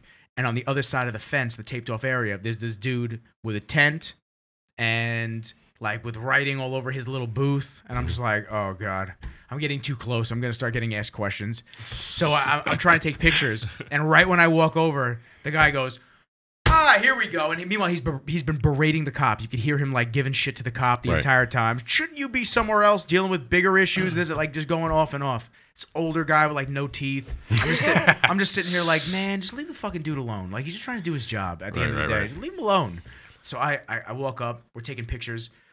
Here we go. How do you feel about the Constitution? And I look at my boy, and the cop looks at me, and he goes, don't answer it. He goes, you're going to get yourself in some shit. That's a trap. But now everybody knows Nick. I can't sugarcoat things, and I can't pretend. And I'm just like, oh, God, I wish I could just let this go. And I went, The devil's on the shoulder. Fuck their feelings. Nick. Yeah, fuck their them. feelings. put this. And he's like, yo, if you do something, the Secret Service got your back. You're good. So I'm sitting there. I'm just like, well, I don't really know the ins and outs of it. I said, but I think that the document uphold certain, like however I went into it. Right. And he just goes, well, and he starts going into how he hates cops. And so now I'm a cop guy. So I'm just sitting here, I'm just like this. So I'm just like, listen, man. I said, just like people, there's asshole cops and there's asshole people. There are a lot of great cops. I said, however, the assholes overshadow all the good that the good guys do. Right. I said, well, I've never seen an honest cop ever, this and that, going on and on. Come on now. Now the dudes are all like liking me, obviously, all the cops that are sitting there, blah, blah. And now the gate opens up. They go, you guys are good to go. Like, everyone could get through, whatever. So we go it. Dude daps me up. He's like, yo, appreciate you, man. I'm like, yo. I said, listen, you guys just doing your fucking job. That's it. And then the dude just keeps going. Oh, if you find an honest cop, send him my way. Make sure he references this conversation. I go, yeah, what? Yeah, I'm going to send him your way. I'm like, you're an idiot. Yo, this guy's pretty nice. You're in a fucking tent in front of the White House arguing with people. Do you know how insane you look? Right. Like, do you have any decency and understanding of how stupid this looks? Arguing about cops to another a videographer In front of cops. For real. Right. Like, What do I care? What point are you trying to make? Yeah, what is it? Is this where you're making your stand? Like, yeah, this is. I get freedom of speech. I get everything that you're trying to say. You're upholding and doing. But there's a time and a place for everything. This is not it. It's raining, dog. Go inside. I wish cops had the right to strike, and they could just pull themselves off the street and go on vacation for a week, and then just watch the mayhem, and then people would appreciate them. Well, you see the bail reform. You see what's going on with this shit. Dude, what the fuck? Yeah, we were trying to get my boy Kaz to talk about it because he's a corrections officer and he didn't want to talk too much about it. Unreal. Well, he can't because his line of work, you know what I mean? So he's directly plugged in, but it's insanity. Yo, you know what's bad when you got Bloomberg and Cuomo out here being like, "Yo, I think we made a mistake." Yeah, and it's only been like a month. And I'm like, how could you ever possibly think that? Just maybe if we let them out, they won't come back. No, they're not going there because they think it's a fucking vacation. They're not going there because it's Disneyland. Half of these people that are repeat offenders are mentally ill. You know what I mean? They have mental health issues that are causing them to be violent or whatever the fuck. And you're hearing these stories about they got arrested for something crazy and are out. Better yet, they got these guys that are arrested and getting arrested like 4 times in the same week. And then finally, the only way to keep them is to like give them a med psych eval. And hold them for a week, and then you're gonna lose them too, right? Unless they get committed, which is, I guess, prison itself. But what do you? I mean, how are you just letting these guys do shit in the street? Like, how does that make public people safe? Now you got Cuomo talking about the DMV The DMV is not allowed to associate with ICE or the Border Patrol. New York's a border state. Now you have all these, you know what I mean? Now you make all these places on the border, you handicapping the police forces because now they can't, their machines don't work with the DMV? Yeah. So they had to sign like memorandums. Every cop in the state, every police agency in the state had to sign this memorandum that basically said that they're not allowed to give anything DMV related to those agencies. Really? Crazy. Huh. Like, just wave them in with the flag. You know what I mean? Like, why are we sugarcoating what this is really about? You want people not, you know what I mean? And now you're giving them licenses. So if you're gonna give them licenses and you're gonna tell them to move here, then how are they not voting? Yeah. Mm-hmm. Yeah. And then how are you not even asking for IDs to vote? It's so fucked. I mean, it's just there's so many random things. God, I don't even know. There's so much crazy, like so much. It's so much stuff that your head just spins, and I'm like, how does that make any sense? How does that make any sense? Right. Car insurance. If I get hit and you don't have insurance, well, you're screwed. It's literally what I was just gonna say. Right. I got hit in 2009 by an illegal, 2009 by an illegal immigrant. He was doing like probably 80 miles an hour. Didn't have his lights on. He was drunk. They didn't test him for alcohol either at the hospital. I was taking a left turn. He smashed into my car. Mm-hmm. And because he had no license, no insurance, they believe the car was stolen. He actually wound up getting a slap on the wrist in a court date.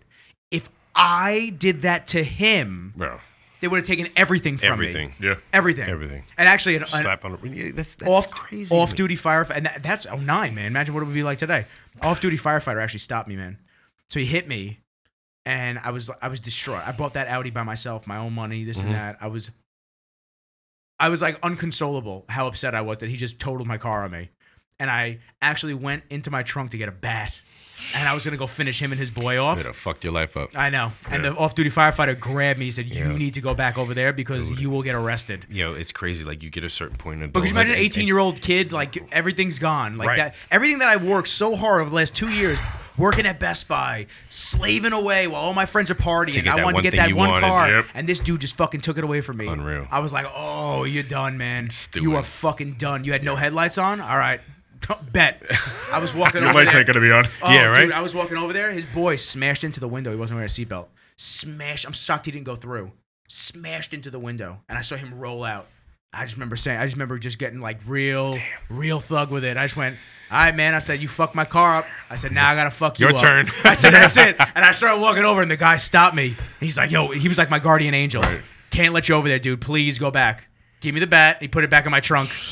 I was like, oh. Ready for it. Yeah. Yeah. But I could Especially 18 hothead, you know what I mean? Oh, like, dude, I was ready to go. 18-year-old me would have been like, here we go. Dude, I was ready to go. Put me in, coach. I'm ready. I put myself in. I've been waiting my whole life for this. I've been watching so many movies. I like violence. I like violence. Back then, yeah. Now isn't it amazing how you get mellowed out? Now it's like you have a pension. You know what I mean? Like everything you work for is going to go right out the window. It's not even worth it. Hell no. And now you my job will know I'm arrested before I even get like before you even get processed. Right. Yeah. You get a call from the chief. It'll be the union showing up to probably come get me at the fucking jail. Let him out. What the fuck you guys doing? But yeah, thank God. I mean, You got good shit coming down the line, man. Yeah, I've been arrested one time, and I was in high school. Oh God. And we were like smoking weed in the park, right? And they get the kid next to me, and I'm the fuck. I'm worried about my parents. Like, I got immigrant parents. My dad's gonna beat my ass. Where are they from? My dad's Dominican. My mom's Puerto Rican. Oh, so okay. Yeah. So I'm like, my dad came here when he was 11. You know what I mean? You know, blue collar through and through. Struggled to learn English and just made a life for himself. So I'm like, man, my father's gonna chop my ass up for this. The American dream. Yeah, right, Yeah. right. So I'm like, fuck. We get to the precinct and like I got the weed on me. They searched the kid up next that I was with up and down because he's the one who actually bought it. They must have been following him or whatever. I remember it was a windy day. We wound up rolling a blunt in like the McDonald's parking lot. I mean, in the McDonald's bathroom. And then we walked into the high school park next to where we were at, and all our friends were waiting. They came, unmarked cars came and got us. And this is like bullshit. I mean, like I was 16 years old, but I remember getting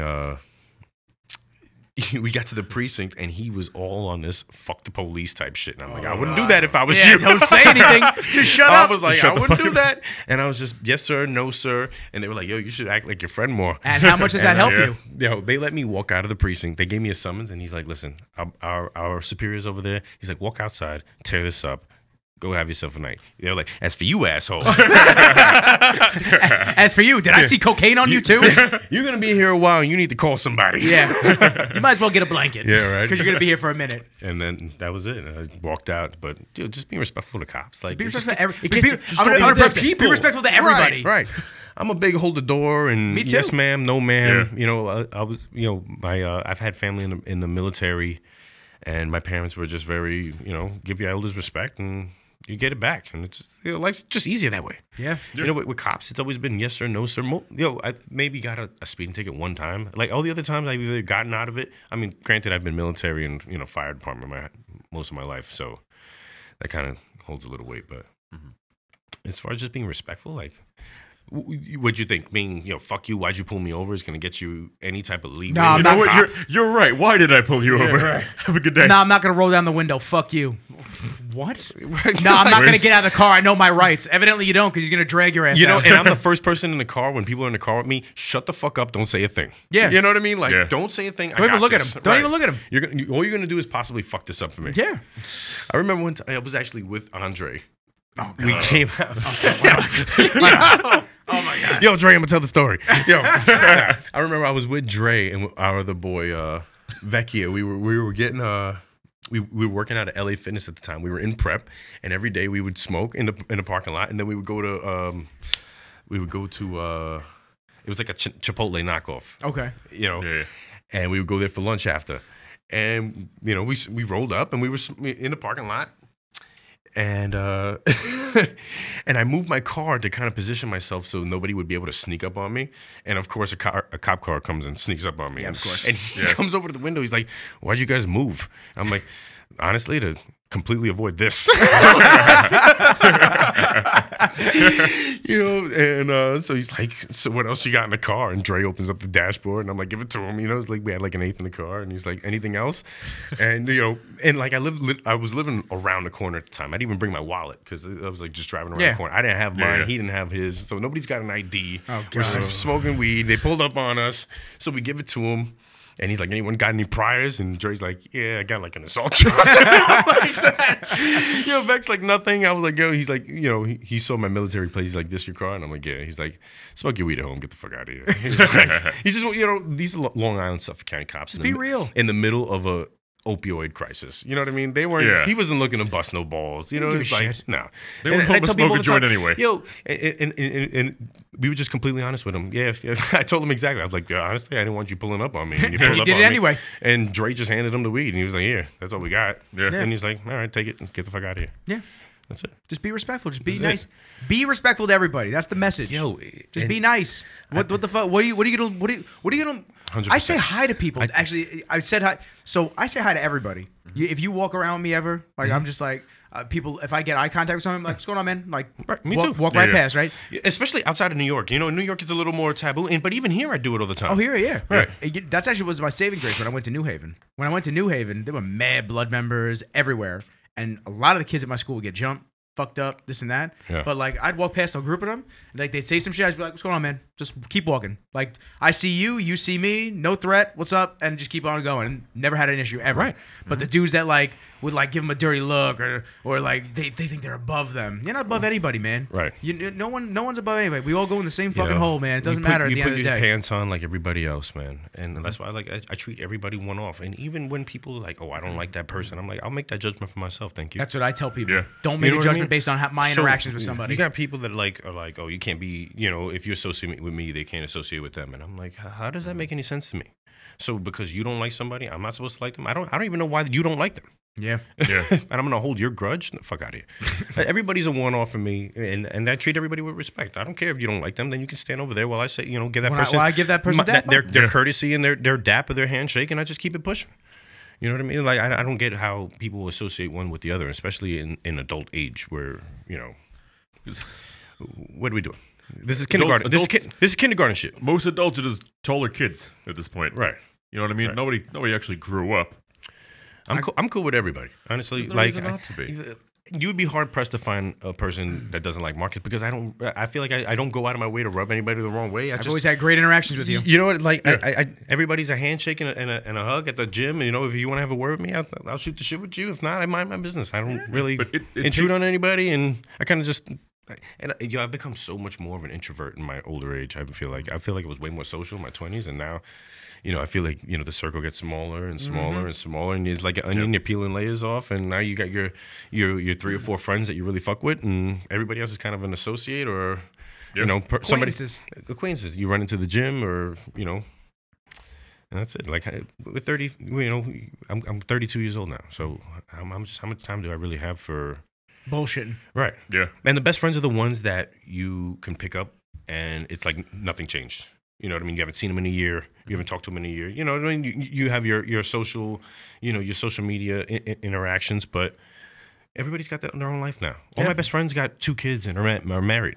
And here I am, like, still single. So I kind of got to keep to myself. You know what I mean? Like, I don't have a choice. Once I go out here and meet new friends, like, hey, I'm 30 and single too. Like, let's go out and hang out. And even still, there's barely anything to do. Like I went to Rosin Social like last week, and I was like, Let's go. There we go. We're right around the corner. I pulled up, and I was like, I know this place. It's the best, man. I went there on Thursday night. I'm like, Bumping. all right. I was like, I can see why people come here. You gotta let me know What'd when you eat? What'd you eat? Did you eat? No, I didn't eat. Oh, man, you fucked up. I doubled Don Julio's on the rocks. Oh, shit. I mean, he didn't fuck up. Yeah, I was feeling it, but is the food good there? Oh, so good. Is it? We had the owner on Best, here. yeah. We had Nick from the owner of Rosin Social on here. Dude. Thursday? Ridiculous. Thursday? You want to go Thursday? I'm down. I'll go Thursday. Let's go. Yeah, I'm down. I'm in. I gotta shoot Wednesday and I gotta shoot Saturday, so Thursday works. Cool. Yeah. You hit me up. You'd be like, "Yo, I'm on my way." All right, man. I'll Sick. stay late at the office. I'll bring extra clothes. How awesome is it making your own schedule? It's great. It's stressful Right. because it's like roller coaster sometimes. But now that I'm working with 3 or 4 people that are on retainer now, starting the last month. Sick. There you So go. like that. So now you Couple companies, and Right. now I'll be in the city a little bit more, at least twice a month. That I'll be in there and Guaranteed work. doing real estate stuff. Yeah, Right. That's what I need. I need that for the dog, man. I need that course. for me. That's it. You know, the next steps is just paying. I'm very transparent. Paying off the business, getting everything in the green, getting all the business debts, like all the stuff that I've purchased, covered. And then And once, is it just mostly equipment? It's all equipment. Yeah. It's all equipment. The overhead in this office is not that bad for me. They hooked me up real nice. But once that's all settled, now it goes into saving for an apartment and a house. That's it. So that's why I figured That's where I'm at really, now. That's really why I Yeah, want yeah. that's really why I want the dog. Here's the deal, Right. and I tell people the same thing. You know, only child, single mom since I was 2, so it's just me and mom. Right. I live at home still. Right. My mom is my best friend. We are super close. That's like awesome. it's so easy. I'd be like, hey, I used to have girls like a girl come over. I'd be like, hey mom, where you at right now? She'd be like, why? I'd be like, you might want to just stay out. I'd be like, hey mom, just Ma. Ma- We're trying to watch the movie. yeah, we're trying to cuddle, like, and I'd be like, You mom, put just something you've seen 100 times. yeah, you know? yeah. I'm like, Incredibles. it's right when Iron Man dies. I make my move. but it's you know, we've always had that great relationship. So Yeah. now my dog passed away in July. She was that real childhood to adulthood dog, and I loved her to death, man. She was yeah. amazing. Now it's so weird in the house without her there. She was super quiet to begin with. And she didn't do anything. Like I'd forget she was there. I'd walk into the living room. I'd be like, "Is Cookie still here? Where the fuck is she?" Like, "Oh, there she is. All right, we're good." You know, and Right. didn't bark. She'd let you know when she wanted to go out, which was like hours. She wouldn't just Right. be at you every 30 minutes. Awesome. She'd be like hours. She'd walk in. She'd be like, "Hey, by the way, I should probably go to the bathroom." All right, cool. Let's go. And So then you still got a 30-minute window. yeah. For real, Yeah, man. yeah. So the dog is, you know, like I said, single still, this and that. Not that the dog is going to replace me being in a relationship, because I'm sure I'm going to be in one again. Right. Many, maybe. Who the fuck knows? But for me, when I eventually have to move out, because I want to move out Right. and have my own space, it's going to be super lonely for me, because now I don't have mom. I don't have the dog. So now, at least in the next 3 to 4 years, I get the dog. He'll be he'll be older. He'll be trained by then. It'll be nice, and I can have him at my place. I'm gonna bring him here. It'll be nice to have that flexibility with my schedule. But I'll have him now. Right. It's funny you bring that up about, we were talking about relationships before, and it's like, you know, I feel like in 2020, like I'm so scared of, you know, especially because I'm a person that I don't need anything from anybody. So I don't either. Right. Yeah. And so I'm very quick to like, this is bullshit. I don't need this. Yeah. Especially, you know, if Yep. it stresses me out or, for any reason of the sort, I'm like, worth it. I'm better off single. Yeah, that's And- how I am. And I'm very matter of fact about it. I'm like, listen, this is not working because I'm not getting anything out of this. And it's not to like be a detriment. You know, I'm not saying it to diss anybody. It's just like, You're being real. right. I'm Yeah. like, you know, maybe this isn't this. You know, there's no harm, no foul. It just, this isn't for me. And girls always take it personal. Yeah. Well, Super when I personal. broke up with my last Yeah. girlfriend, You know. everything was you know. And I'm like, listen, it's perfectly okay for two good people to try a relationship and it not be good. A relationship. Yeah. Yeah. You know what I mean? It's not just because two good people are in it doesn't mean it has to work. You know, I've loved somebody in the past. We know who that person is. Better off with who she's with now. Cool. You know what I mean? Yeah. It just works better. No hard feelings, and best I was of luck. like, and I'm like, you know, they found each other, and I'm like, perfect for them. I'm like, they look like they're meant to be. Cool. I was like, cool. And you just move on and you try something different. I'm almost at the point where like I'm looking for like I would always be better in like an open relationship with somebody who wants to be like a financial partner and like share a house and responsibilities. I'm like where there's not all that extra stuff attached and we can just have your own and then have a house and do that You stuff gotta with find a somebody real else. woman, man. Yeah. That's I what was I'm like, looking for. and you know, I was having this conversation over breakfast with one of my ex-girlfriends. I was like, we would be the best friends. I'm like, because we're still our best friends. You know, she talks about her relationships. I talk about my relationships. I'm like, and we're just best friends. I was like, you need somebody who's your friend. Yeah. Yeah. In order to be in a relationship. I was like, if it starts anywhere else other than that, it's gonna be really tough when Yeah. when it gets thick. Yeah, my last one, 8 months in, I didn't feel love for her. I just said, "Hey, listen, I don't feel that way. Like I was sick a couple times. Not that I'm looking for you to like come and cater to me, but like Yeah. just thinking about me. Just hey, I brought you soup because you don't feel good. She's on the Right. fucking beach. I'm sitting here. I'm just like, really? This is what I got to deal with. So I just said, hey, listen, I think we're just better off this and that. You cannot have a selfish girlfriend. And she hit me. It does not work. Yeah. She wasn't. It's not that she was selfish. She just liked her life. Right. She didn't like to venture outside of it. And then, like, right when I broke up with her, we're on the phone talking because it was just to get down to her. It was a pain in the ass. Right. We're on the phone talking. And I'm just trying to like see who she is, and she starts hitting me with some shit, like getting all nasty and shit, which was totally not her. I'm like, you really heard about this, like getting nasty with me because I'm the one being mature. You're older than me. I want you to be able to go find somebody else. I'm like, I'm being mature about this shit. Right. A couple years older than me. I said, listen, I don't see this going anywhere else. By all means, find somebody. I don't want to waste your time. Right. Yeah, but What's wrong with that? Once again, people don't like that I'm so real, or I get that. You know, a lot. and I get that you're so emotionless, you're so cold, and I'm like, but I'm just being realistic. That's I'm how like, I got too. Yeah. Like, and when I check out, I'm checked out. You know what I mean? So it's not. And then if you're gonna make it an emotional affair, I'm eventually gonna get to a point where I'm like, now I'm gonna become a dickhead because I just need the conversation to be over. Yeah. Please, I need this to be done. Right. So why are you gonna badger me and get that guy to come out? So if what's gonna get me done out of this conversation is you calling me a dickhead, then I'll be the dickhead. Yeah. Call to me. Fuck it. Have a good one. Bye. All right. Thank you. Don't let the door hit you on the way out. Appreciate you. Let it hit you on the way out. I'm like, Actually, let it hit you on the way out. and then you're dealing with text messages, and then I inevitably got to block somebody just to, for a cool down period or something like that. And it's funny because now I'm almost friends with almost all my exes. And we're in a cordial place, and it's just because you finally get to the realization, but it probably wasn't going to work anyways. Yeah. Who cares? You know, you need certain people first. Like I can't be with a girl who's insecure. Some people like that jealousy and that being on top of each other. I need a laid back, cool person. I'd like somebody's post on Instagram, and I'd get a this is way back. I'd like somebody's post on Instagram, and I'd get a message. Like 3 seconds later, why'd you like this chick's picture? I'd be like, who the fuck cares? I care. I had an ex who had my GPS and my password on my phone, and was still getting shit thrown my way. And like, yo, why'd you like this picture? Who's this?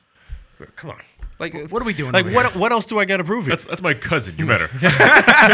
That's my aunt. What the fuck are you talking about? That's you. What's the problem? She was at the cookout last year. I was throwing block parties because she told me to. I'm just like, all right, block. I'm like, it's not even worth the argument to me. Oh, just, you got it. Whatever. Yeah. I had one that she'd message the girls. That would hit me up. Just and these were girls that were just being nice. They weren't even hitting on me. Right.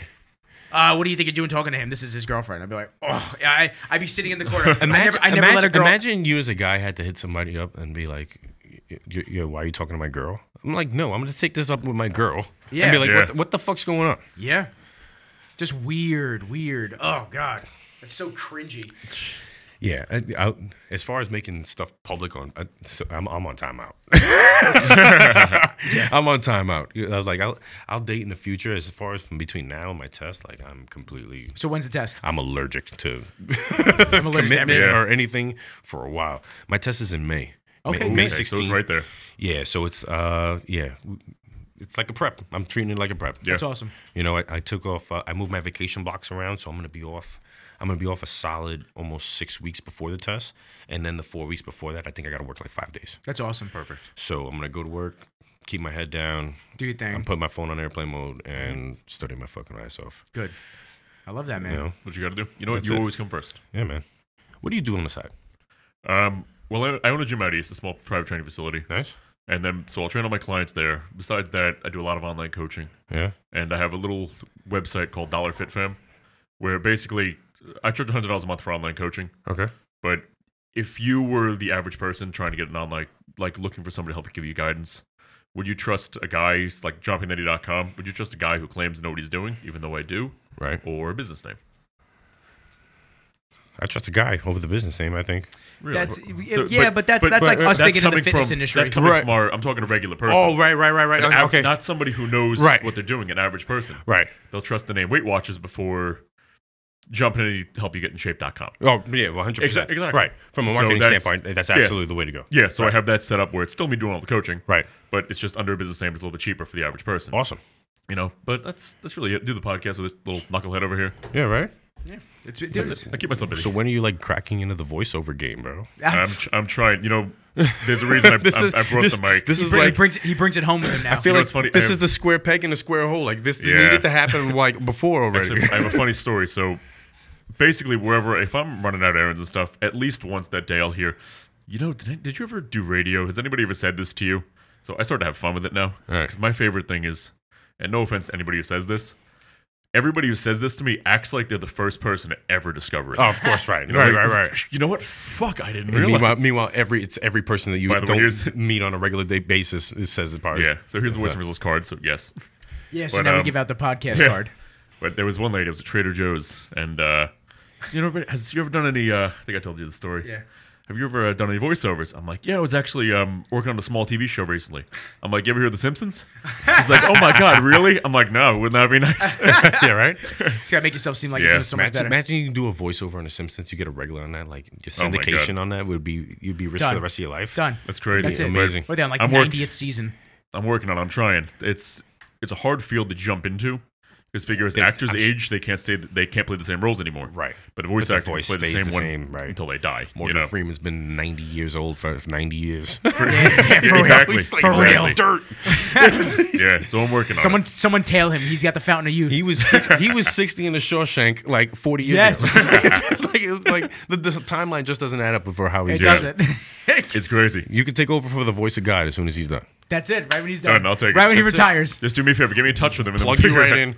Listen, God's white again. We're making. We're alternating.